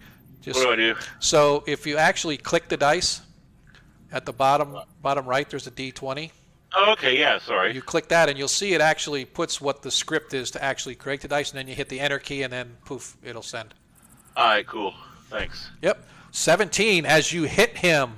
Go ahead and roll. I believe it's D4, right? And then it's I've got it pulled up actually. What it is make sure I get this straight. It is two. If it's because the oil was a light. right. It is a direct hit is 2 to 12 hit points for the first That's right. the first round, yes. and 1 to 6 additional hit points. Yeah, Second round. I wanted to say 1 to 4, but I knew it was something. Now it's only for 1 additional round, right? It doesn't burn for more than 2 rounds. Correct. It burns out after 2 All rounds. right, so go ahead and do your first round damage.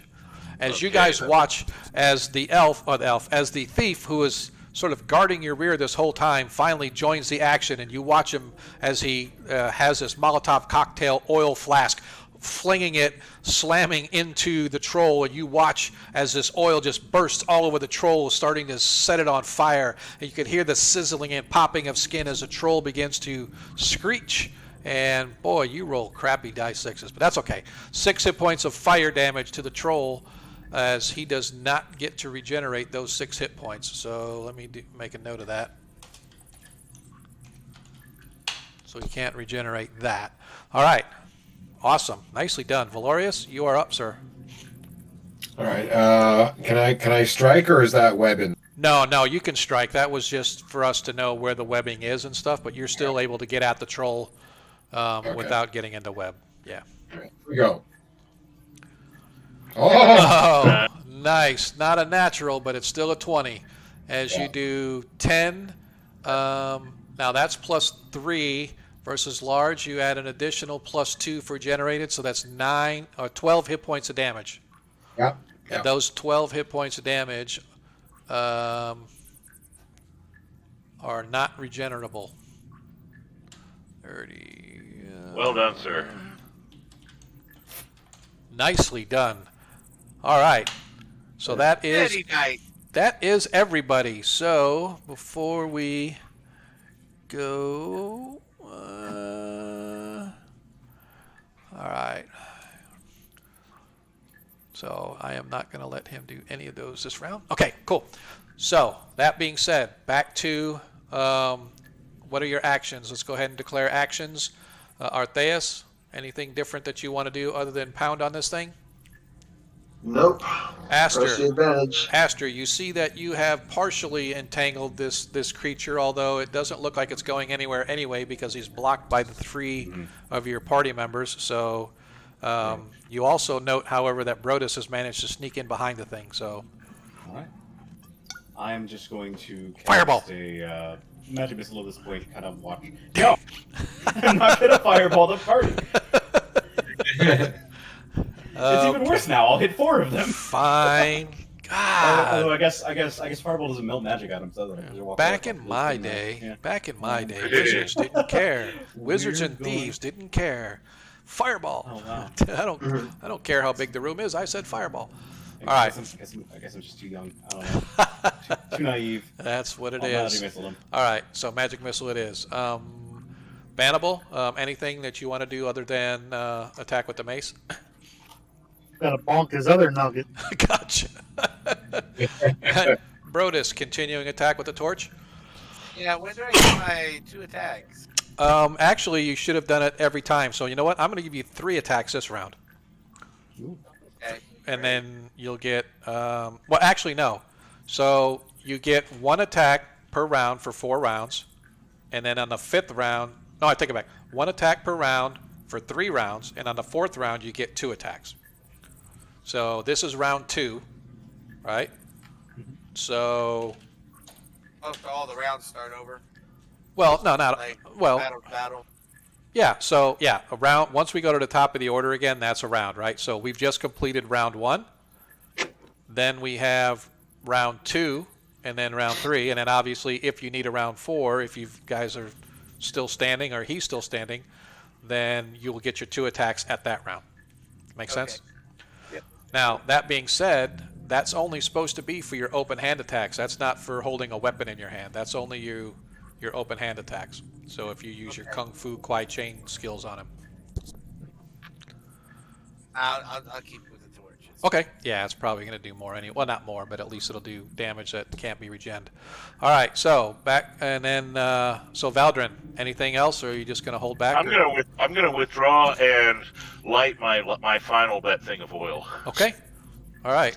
And In Valorius. preparation for the next round. Yeah. Okay. And Valorius. Yeah, sword attack, yep. Gotcha. All right. So the troll, extremely pissed off now, looks down upon and swipes down once again. 1 at Valorius. Oh, An 8 as he misses. beautiful. And one swing of his dastardly claw at actually, is that how that worked? Yeah, that's what I thought. Okay. As he also misses Artheus with a claw. Now he tries to bite. He sends a bite down onto Bannable. I keep wanting to say Troy. I don't know why. 17. What are you doing? You bonked him on the noggin, and now he's ticked off. As you suffer 12 hit points of damage from the bite of the troll. And the last bite goes down onto Artheus. 19 as he bites Artheus. 11 hit points of damage to Artheus.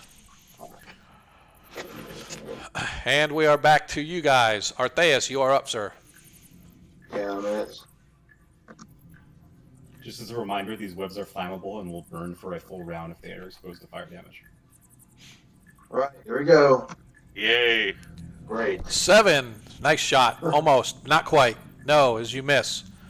Aster. I'm dealing for the attack. Magic missile. Magic missile. 11 hit points of damage. Nicely done. Oh, that's good. As you guys watch as these 3 streaking darts go right over the top of all your shoulders, smacks right into the face on both sides and one into the chest of the troll as he sort of reels back as his body smoking in flames from the ignition of the darts crashing into him. He lets out a howl of pain, and you can see that the wounds are seeping. However, some of them are starting to close up just a little bit. Okay. Bannable. Bonk him back. Get his other noggin. Hit him in the left side. 1 to the left. Sir. Can I attack and then move back? Or... Yes, absolutely. Yeah. So if you want to attack and, Yeah, and move. I'm going to attack and then I'm going to move back out of his range. Okay. All right. 14 hits. 14 hits. Nicely done. 1 for 1. I started backing away before I let through with the full swing.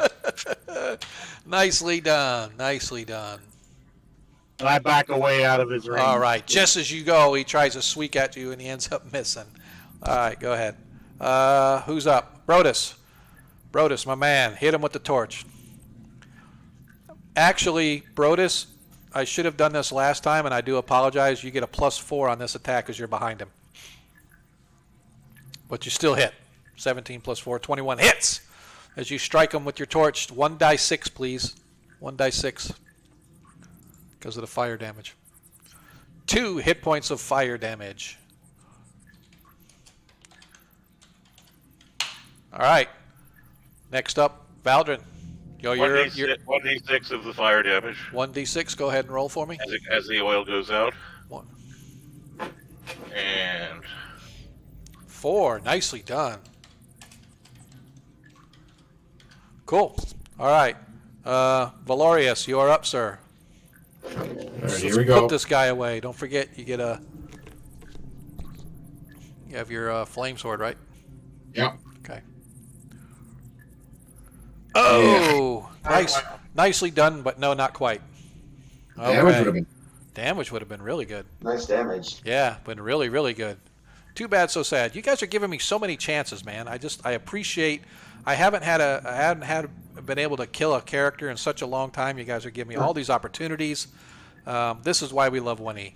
All right, and this is why I definitely appreciate all y'all hanging out, watching a bumbling DM fumble and bumble his way through trying to figure out the rules of 1E again after 20 some odd years of playing or without playing 1E. So, all right, so that ends this particular round. We are into round 3 now. The flames from the torch or from the flaming oil finally begin to dissipate, and you can see that the troll is extremely wounded, and you can get a good sight of this pendant that's hanging about his neck. It is a metallic type of some kind of a metallic chain, and hanging about it is this large circular symbol, and it has this sort of glowing ball-like thing in the center of it as it's sort of flopping around as his chest, almost melted to his chest where the torch hit him and the magic missile struck him. But it looks like for all the damage that you guys have been doing to him, this particular pendant about his neck doesn't look like it's taken too much damage. So now I need you to, let's go ahead and state our actions again. So Artheus, actions. Press the attack. Okay. Aster. Gonna rip a page out of the spellbook we found and cast magic missile again. Okay, got it. I like it. Who needs it? I've already got it in my spellbook, damn it. Yeah. Bannable, you have backed up out of his range. Is there anything you're going to do? Nope. Okay, you're just going to wait for the others to... I don't really have anything I can do. Gotcha. Okay. I have a question. Yes, sir. Is it too late to add extra damage that I should have had? For... 2.5 damage for attacking with a weapon. Wait, say that again? Oh, you got an extra 2 damage? Okay, now we can do that. 2.5. Yeah, but we round it. I'm going to round it down to 2. That's just because I want him to last longer to get a chance to kill you guys. Yes, absolutely. Yep, so he's down 2 extra points. Boy, that's getting close. I need to hurry up and take somebody out. I want the satisfaction of at least 1. Damn it. All right. Well, I'm here. Okay, I got you. So you're just going to be attacking with your torch again, Brodus? I'm going to actually attack with my fist. Okay, that'll work. Valdrin, you're going to be throwing the second oil, okay? And Valorius, just a sword attack again? Yes, sir. Awesome, cool. So I am just going to do this since the paladin would defend the priest of Paylord, leaving you room to slide over. All right, so let's go ahead, and the troll is his attack first as he elects to do his 2 claws on the pest behind him and his 2 bites on the 2 guys in front of him. So we're going to do this first. A 2 misses Brodus. A 3 misses Brodus. A 17, he bites Valorius for, what is that? 1. You're hoping 6 hit points of bite damage, and a 7 as he misses the paladin, as he obviously is becoming weak as his blows are landing less and less and are even weaker when they finally do hit. You can see that he seems to be fatiguing, but he's not giving up. He has been trapped below this place for you don't know how many centuries or how many decades or however long it's been, but he refuses to go down without a fight. So with his back to the top, Artheus, go ahead and for your attack. Okay. Boom. 15 hits. All right. But yeah.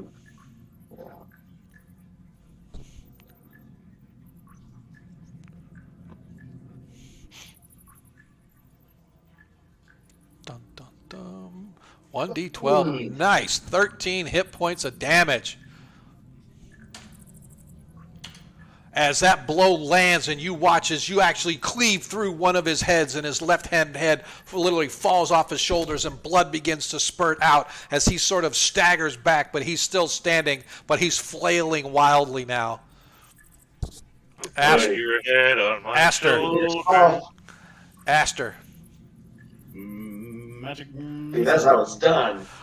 As you watch the 3 streaking bolts come out of, as Aster reads off the scroll from the spell book that you guys were given by the troglodyte chieftain, as the 3 missiles catch the troll Rolantos in the chest as well as an other head, and with a screeching cry he falls backwards, narrowly falling right on top of Brodus, who nimbly dances out of the way as now this troll is sitting fully encompassed in these webs, Light him up.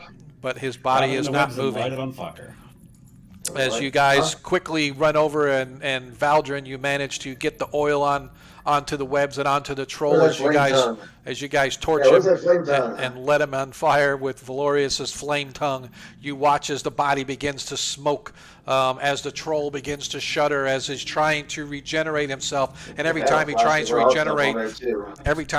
regenerate any part of his body, the oil covers over the top of it and begins to seep in it through. Eventually, the body lays still as you guys have torched the remains of Rolanta. Nice. As you see the smoking husk of the body, you can see that the item that he has about his neck appears unscathed. What I'm going to suggest doing is using the 10-foot pole or something else to remove that item and put it into some sort of bag or pack or something where we don't have to touch it.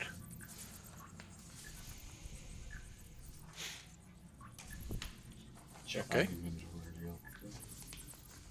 Okay, so what are we doing? Do we have any idea of how to destroy this thing? Or get rid of it, or what the consequences will be? No, so you really have no idea about this particular item. But we could take it to authorities who would know, right? Yes, however, as stated before, where the demon's lair was, there is that magical circle. Protective circle. That had a Salt and niche, everything. has a niche carved into the stone that outlines the shape, and it looks to be the same shape as this item, about the same size too, as well as a niche to lay the chain in it as well.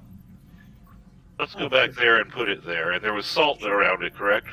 Yeah, so there was a complete Presumably then, and our spellcasters would know more about this than I would, as we're not holy men. That's presumably protective, right?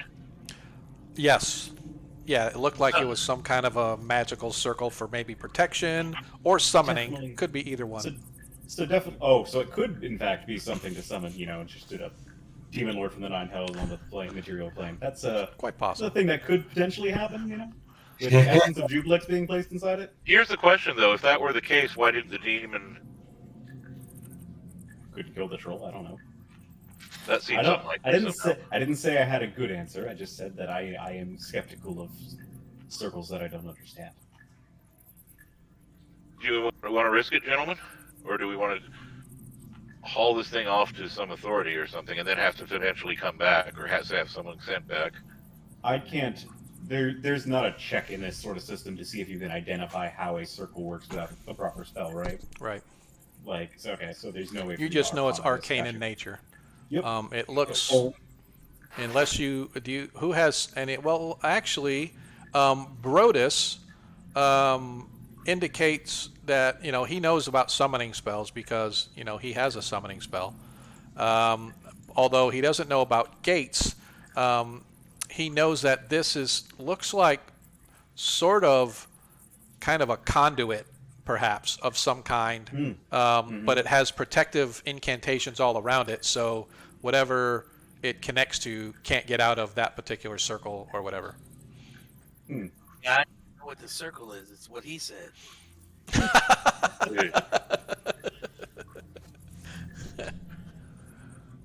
So what do we want to do, gentlemen? I would say take it to the circle and try to get rid of it because we already know the demons are after this to try to get it.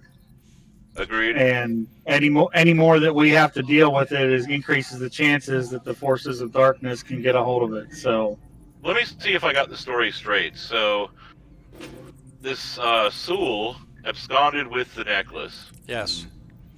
And the Lord, whose essence was in that, is sending demon after demon after demon after demon to retrieve it.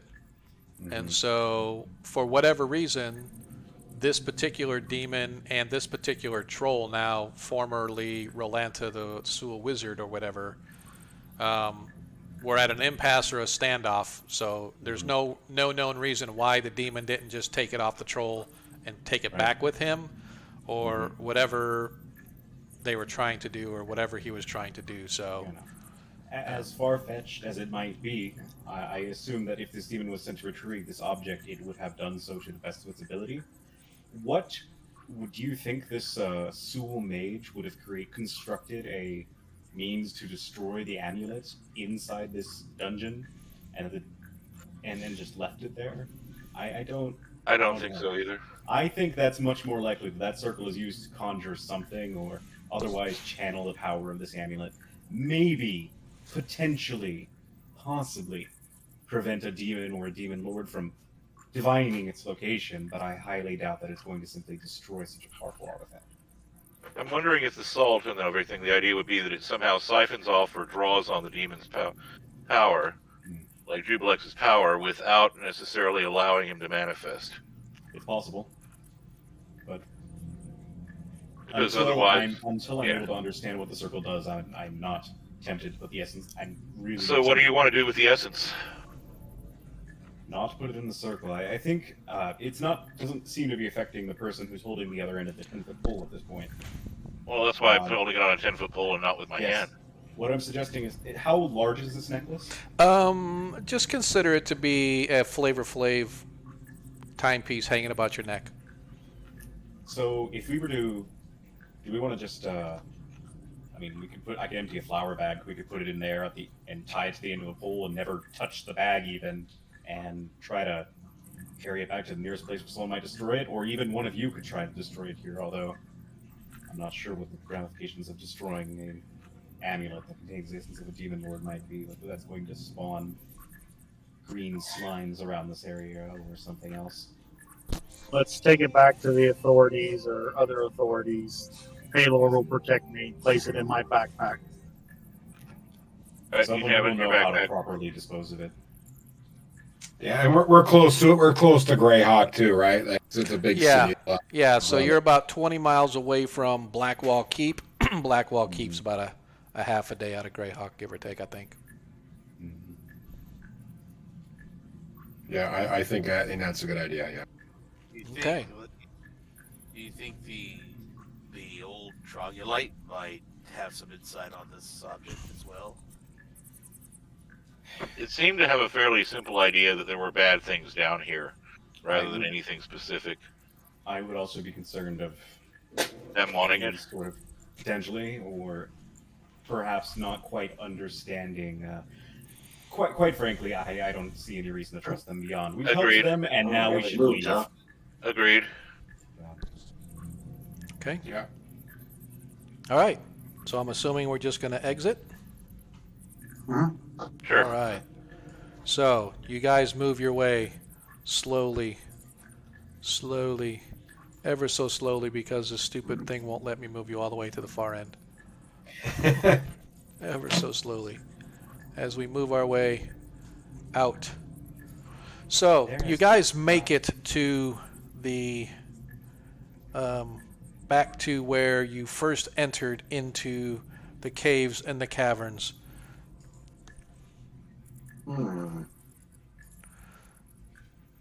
Good. And then you find yourselves upstairs as you work your way back up to this part. You manage to work your way back here as you guys find yourselves back upstairs with the trolls, or the toads, I mean. I'm just going to put you in with the toads because you guys like the toads so much when you Toads first were got awesome. when you first got here. They're bros, man. As Yep. as you can see that you guys have been down below for several hours as the night is on full, as you guys have originally arrived just as the sun was getting ready to set, but you find now that the moon is well on her travels throughout the night. You manage to get yourselves some rest, eat some rations, and get yourselves healed up at least to the point where you can make travel. A day and a half later, you find yourselves traipsing out of the woods or out of the swamp back onto main roads leading up to Blackwall Keep. And that's where we're going to end our adventure. Ooh. Good job. Nicely done, guys. Well played, Nicely gentlemen. done. Well played. Good job, Sean. Well done. Well, I hope it was okay. Hope everybody appreciated it. Hopefully we can do some takeaways now. So what I'm going to do here, I don't know if I have it for you guys. Let's do this. We're going to move into an after party. How's that? How's that look for you guys? We're in the after party now. Waiting for it. All right. So we're in our after party now as we kind of hang out. So just for metagame, there was two ways. So again, I wrote this so that it could be in a campaign. So how the DM wants to handle actually retrieving the item and what they're going to do with it. I think, to be honest, with any Priest of Palor or a Paladin, the route you guys have chosen would probably be the route that every one of them would go. That being said, now that demon was slain, Jubilex would know that, and he will now send another demon to go try to retrieve it. Yeah, I was wondering about Right, that. so that's in the campaign game. That's actually what would happen. A way that you could have gotten rid of it completely was to put it in the niche, because what that does is it summons Jubilex there, but it traps him in the circle, and so basically I was going to use that in a campaign where Jubilex looks at every one of you, and as you're all standing there in fear, cowering in fear, he just looks into you and says, "I know you." And then he grabs his essence and disappears, and he takes it back with him. Right? But now that just kind of leaves me a little something of, aha, Jubilex knows you guys. And I was really debating on whether I would have Jubilex leave you a gift, like, I don't know, a Ring of Wishes or something like that, for returning his essence. But a Ring of Wishes that twists everything that could possibly be turned or twist would be kind of neat. But anyway, the other one was, like I said, you guys taking it back to the church, and now let the church deal with the demon coming after it and let them find a way to destroy it, which could then be another campaign down the road as you're a little higher level. Maybe you have to go to the abyss to where Jubilex resides because you can only destroy the essence on his home plane, blah, blah, blah, blah, blah, right? So, but anyway. Yeah, good ring treasure would have been really nice. Would have been like a ring of return your ally back from Goldis.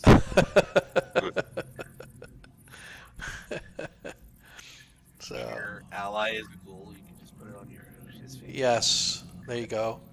So, and that's the whole reason you guys didn't meet any of the undead either, is because in my determination, the demon created all of these beasts. Therefore, when he dies, whatever's holding them basically dies. So they would have all died on the spears had you not burned them anyway. But eventually, their energy that he infused them with would dissipate, and they would all end up dying anyway. So. Um, so anyway, hopefully everybody that stayed to watch the rest of the game that came in with Jay's raid. First of all, Jay, if you're still here, there, dude, you are awesome. I can't believe Yes, you did indeed. that. I cannot believe that you managed to raid our little corner of the universe, but I definitely appreciate that. So yeah, definitely gonna have to give him props for that. So I'm gonna have to stop giving him a ration of shit now whenever I talk to him because you know. Jay's good people, man. He's one of the reasons that I started this, just because I saw him and I'm like, shit, man, if Jay can do it, I can do it. So here I am. But he's much more professional than I am, so I'm just here to have a good time. But so anyway, good, bad, indifferent of the adventure. What you think? I really enjoyed it. I thought it was great. Two nights was good. Yeah, I really liked it. Yeah, there was a couple things like I would really have to figure out exactly. I wasn't prepared as much for the interaction with the troglodytes, how that would work, and so I would have to annotate something like that, like especially. What are you talking about? The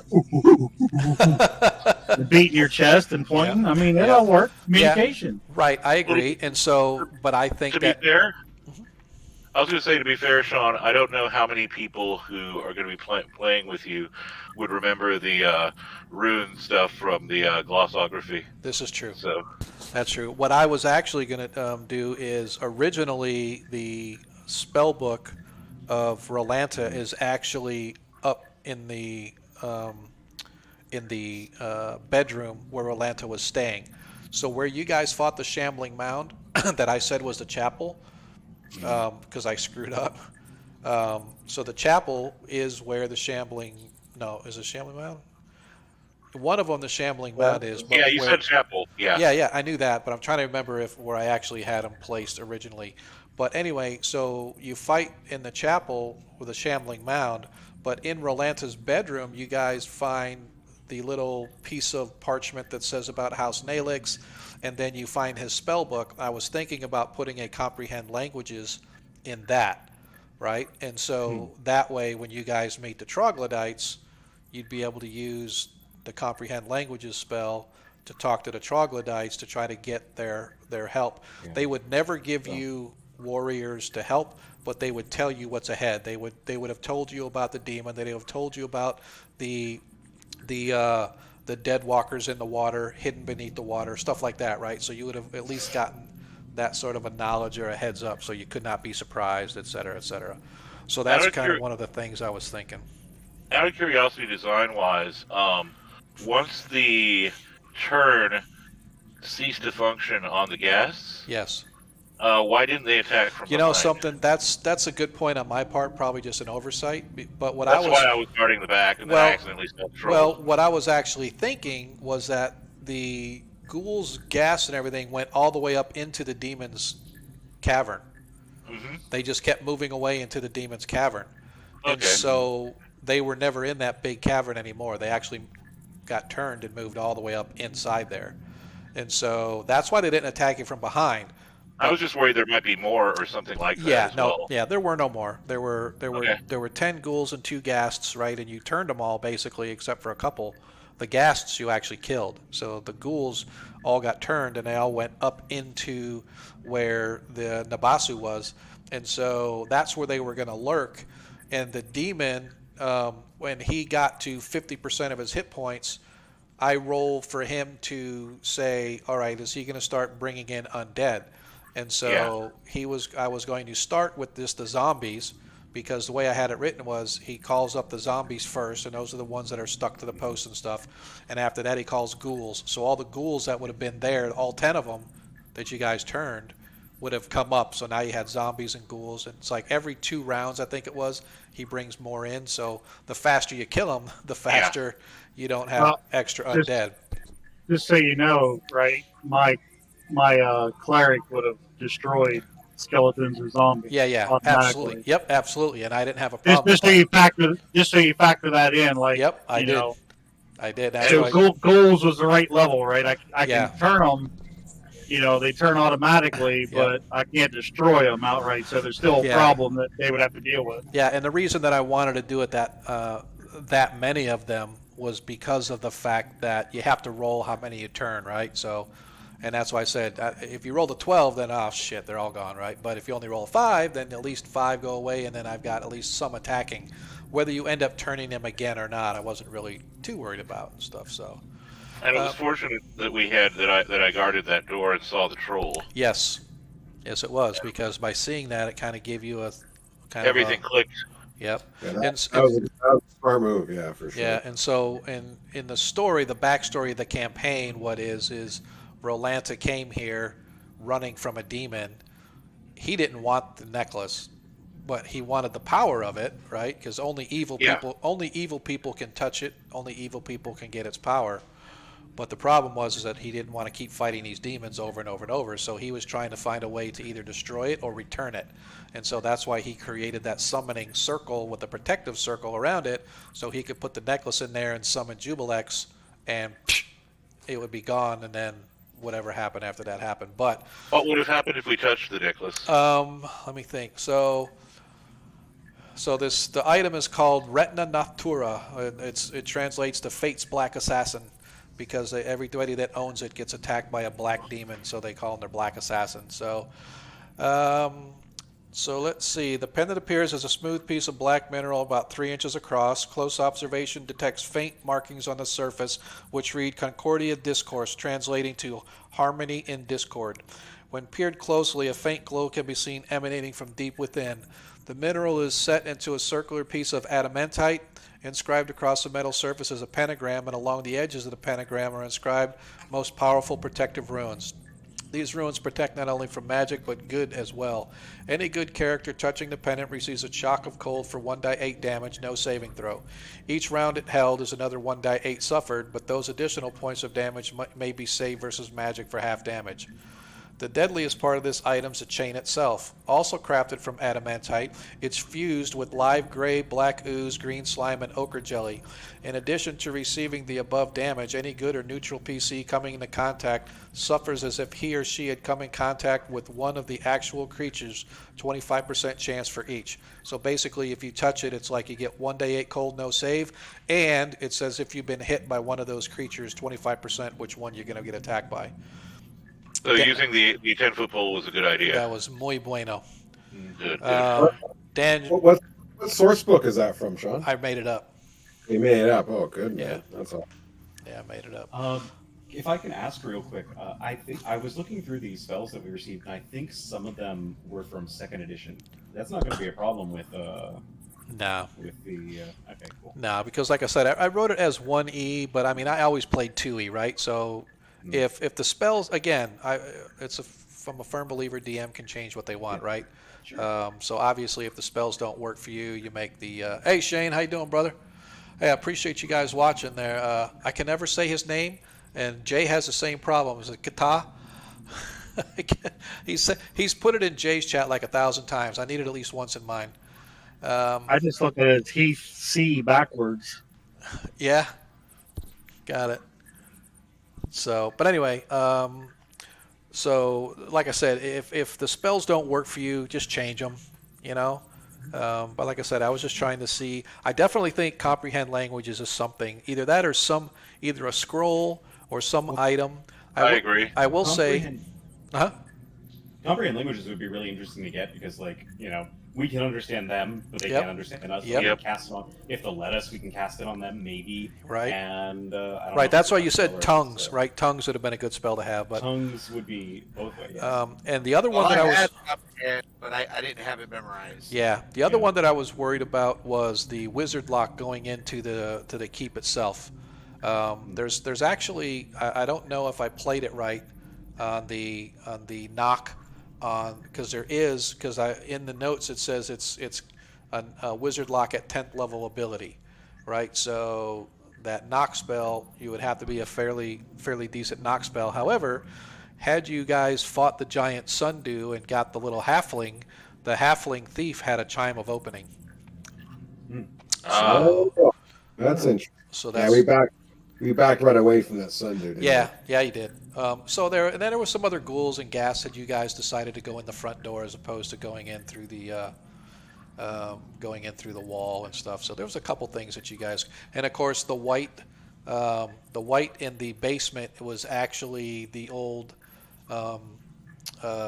He was the guy that was used to extract information from people. So I don't want to call him a torturer, but he really enjoyed his job.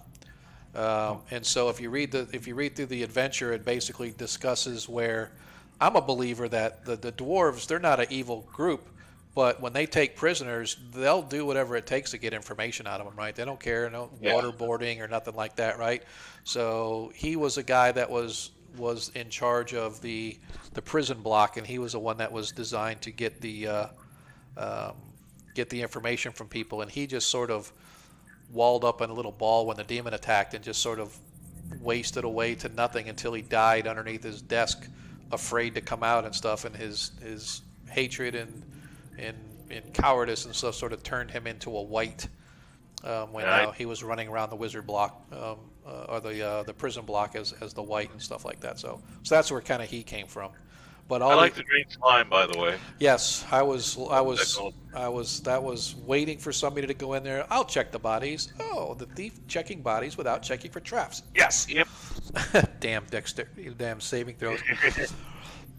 So I think it went okay. I think I need to find. I think it's just a matter of moving things along, right? I got to figure out how to move things along so that they can get all the way to the end. I could just easily get rid of like the shambling mound, or leave the sundew, but get rid of the. I want a tough fight up top.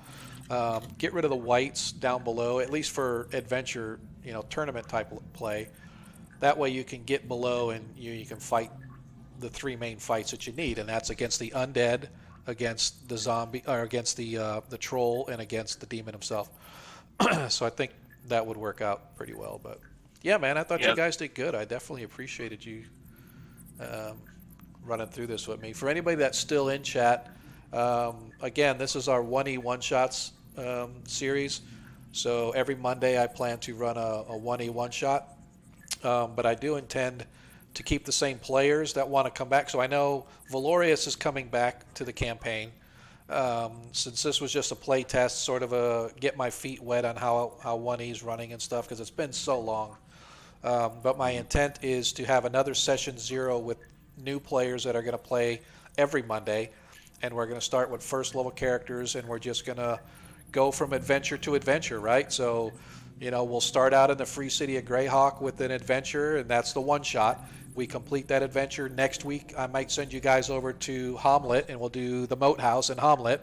And then the week after that, you might go somewhere else on the other side of the Flanaess, just because, right? So I don't care about, how did they get there in the first place? Who cares? We're just here to adventure, right? And it's called 1E one-shots for a reason. It's not a whole big campaign backstory stuff, although that may be into play a little bit. But my goal is just to, hey, let's start playing some classic adventures, and let's just go out and have some fun and see how it goes. So if you guys are on the Discord, I put the word out today that I'm going to be looking for players. And like I said, I know Valorius has already said that he wants to come back, so there's one player. But we're going to have 6 players, maybe 5. It depends on how many people want to sign up. I've had a couple people reach out to me already. But yeah, if you can commit to Monday nights, man, 7 to like 11-ish, give or take, and we'll do some one-shots, man, and just have some fun. Or a one-shot meaning one adventure at a time, right? So like this one took 2 sessions. So, I wasn't expecting it to take 2 sessions, but it did. So maybe that's how it'll work. It'd be 1E one-shots, but each one-shot is a 2-session deal. I don't know. We'll figure it out. So anyway, appreciate you guys. I really do. Appreciate you kind of hanging out. So anything else? Any last words or anything before we get out of here? We got about 9 minutes or so. We're actually technically 20 minutes over what I said, 11:30, but the after party is always like a half-hour thing that I usually do in my games if I can get away with it. So But yeah, guys, got anything else that you want to add or commentary or anything like that? No, I think I'm good, but nice playing with you guys. And Sean, I thought you did a great job. I appreciate it, man. First, my first 1E game in about 32, 33 years. I'm with you, So, dude. 1985, I think it was, is the last. And actually, and to be honest with you, back then we were already in 2E, I think. So I mean, I only did 1E for a really short period of time, and then we went yeah. into 2E, and that's what I did all the time I was in the Navy, up until I did a little 3E, 3 or 3.5E, not much, just a little. Never did 4E, and now I'm doing 5E. So yeah, man, I appreciate it. Appreciate it. I'm signing off, guys. I gotta get up to work in about 5 hours. So. Yep, I'm right behind Have you, a good buddy. one, man. I'm right All right. behind you. Yeah, have a good night, guys. Have a good All one. right. Here, good gaming with you, man. All right, guys. Yep. I definitely appreciate it. So if you guys want to hang out with us or whatever, we're always on the Discord. Come see us. At least all these guys I met over on the Discord. Most of us. Les, Monkey, I definitely appreciate it. Charlie, our paladin, dude, it's been great gaming with you again, man. Congrats on the new job. Stay safe. Keep your head down. Thanks. Just saying. I don't want to be celebrating Memorial Day thinking about you, dude. Right? So let's make sure that you keep yourself safe when you go back over there, dude. Definitely, man. Yeah. All right. Stay in one piece. Yeah, man. All right, guys. I will talk to everybody later. Game's going to be signing off. I don't do raids, so I don't really raid into anybody. One of these days I'll learn how to do it without screwing it up. But I definitely appreciate you guys kind of hanging out with us. We'll see you next time. All right. Take care, See y'all. guys. See you Thanks, guys. everyone, for watching. Yep. Yep. Bye. Adios.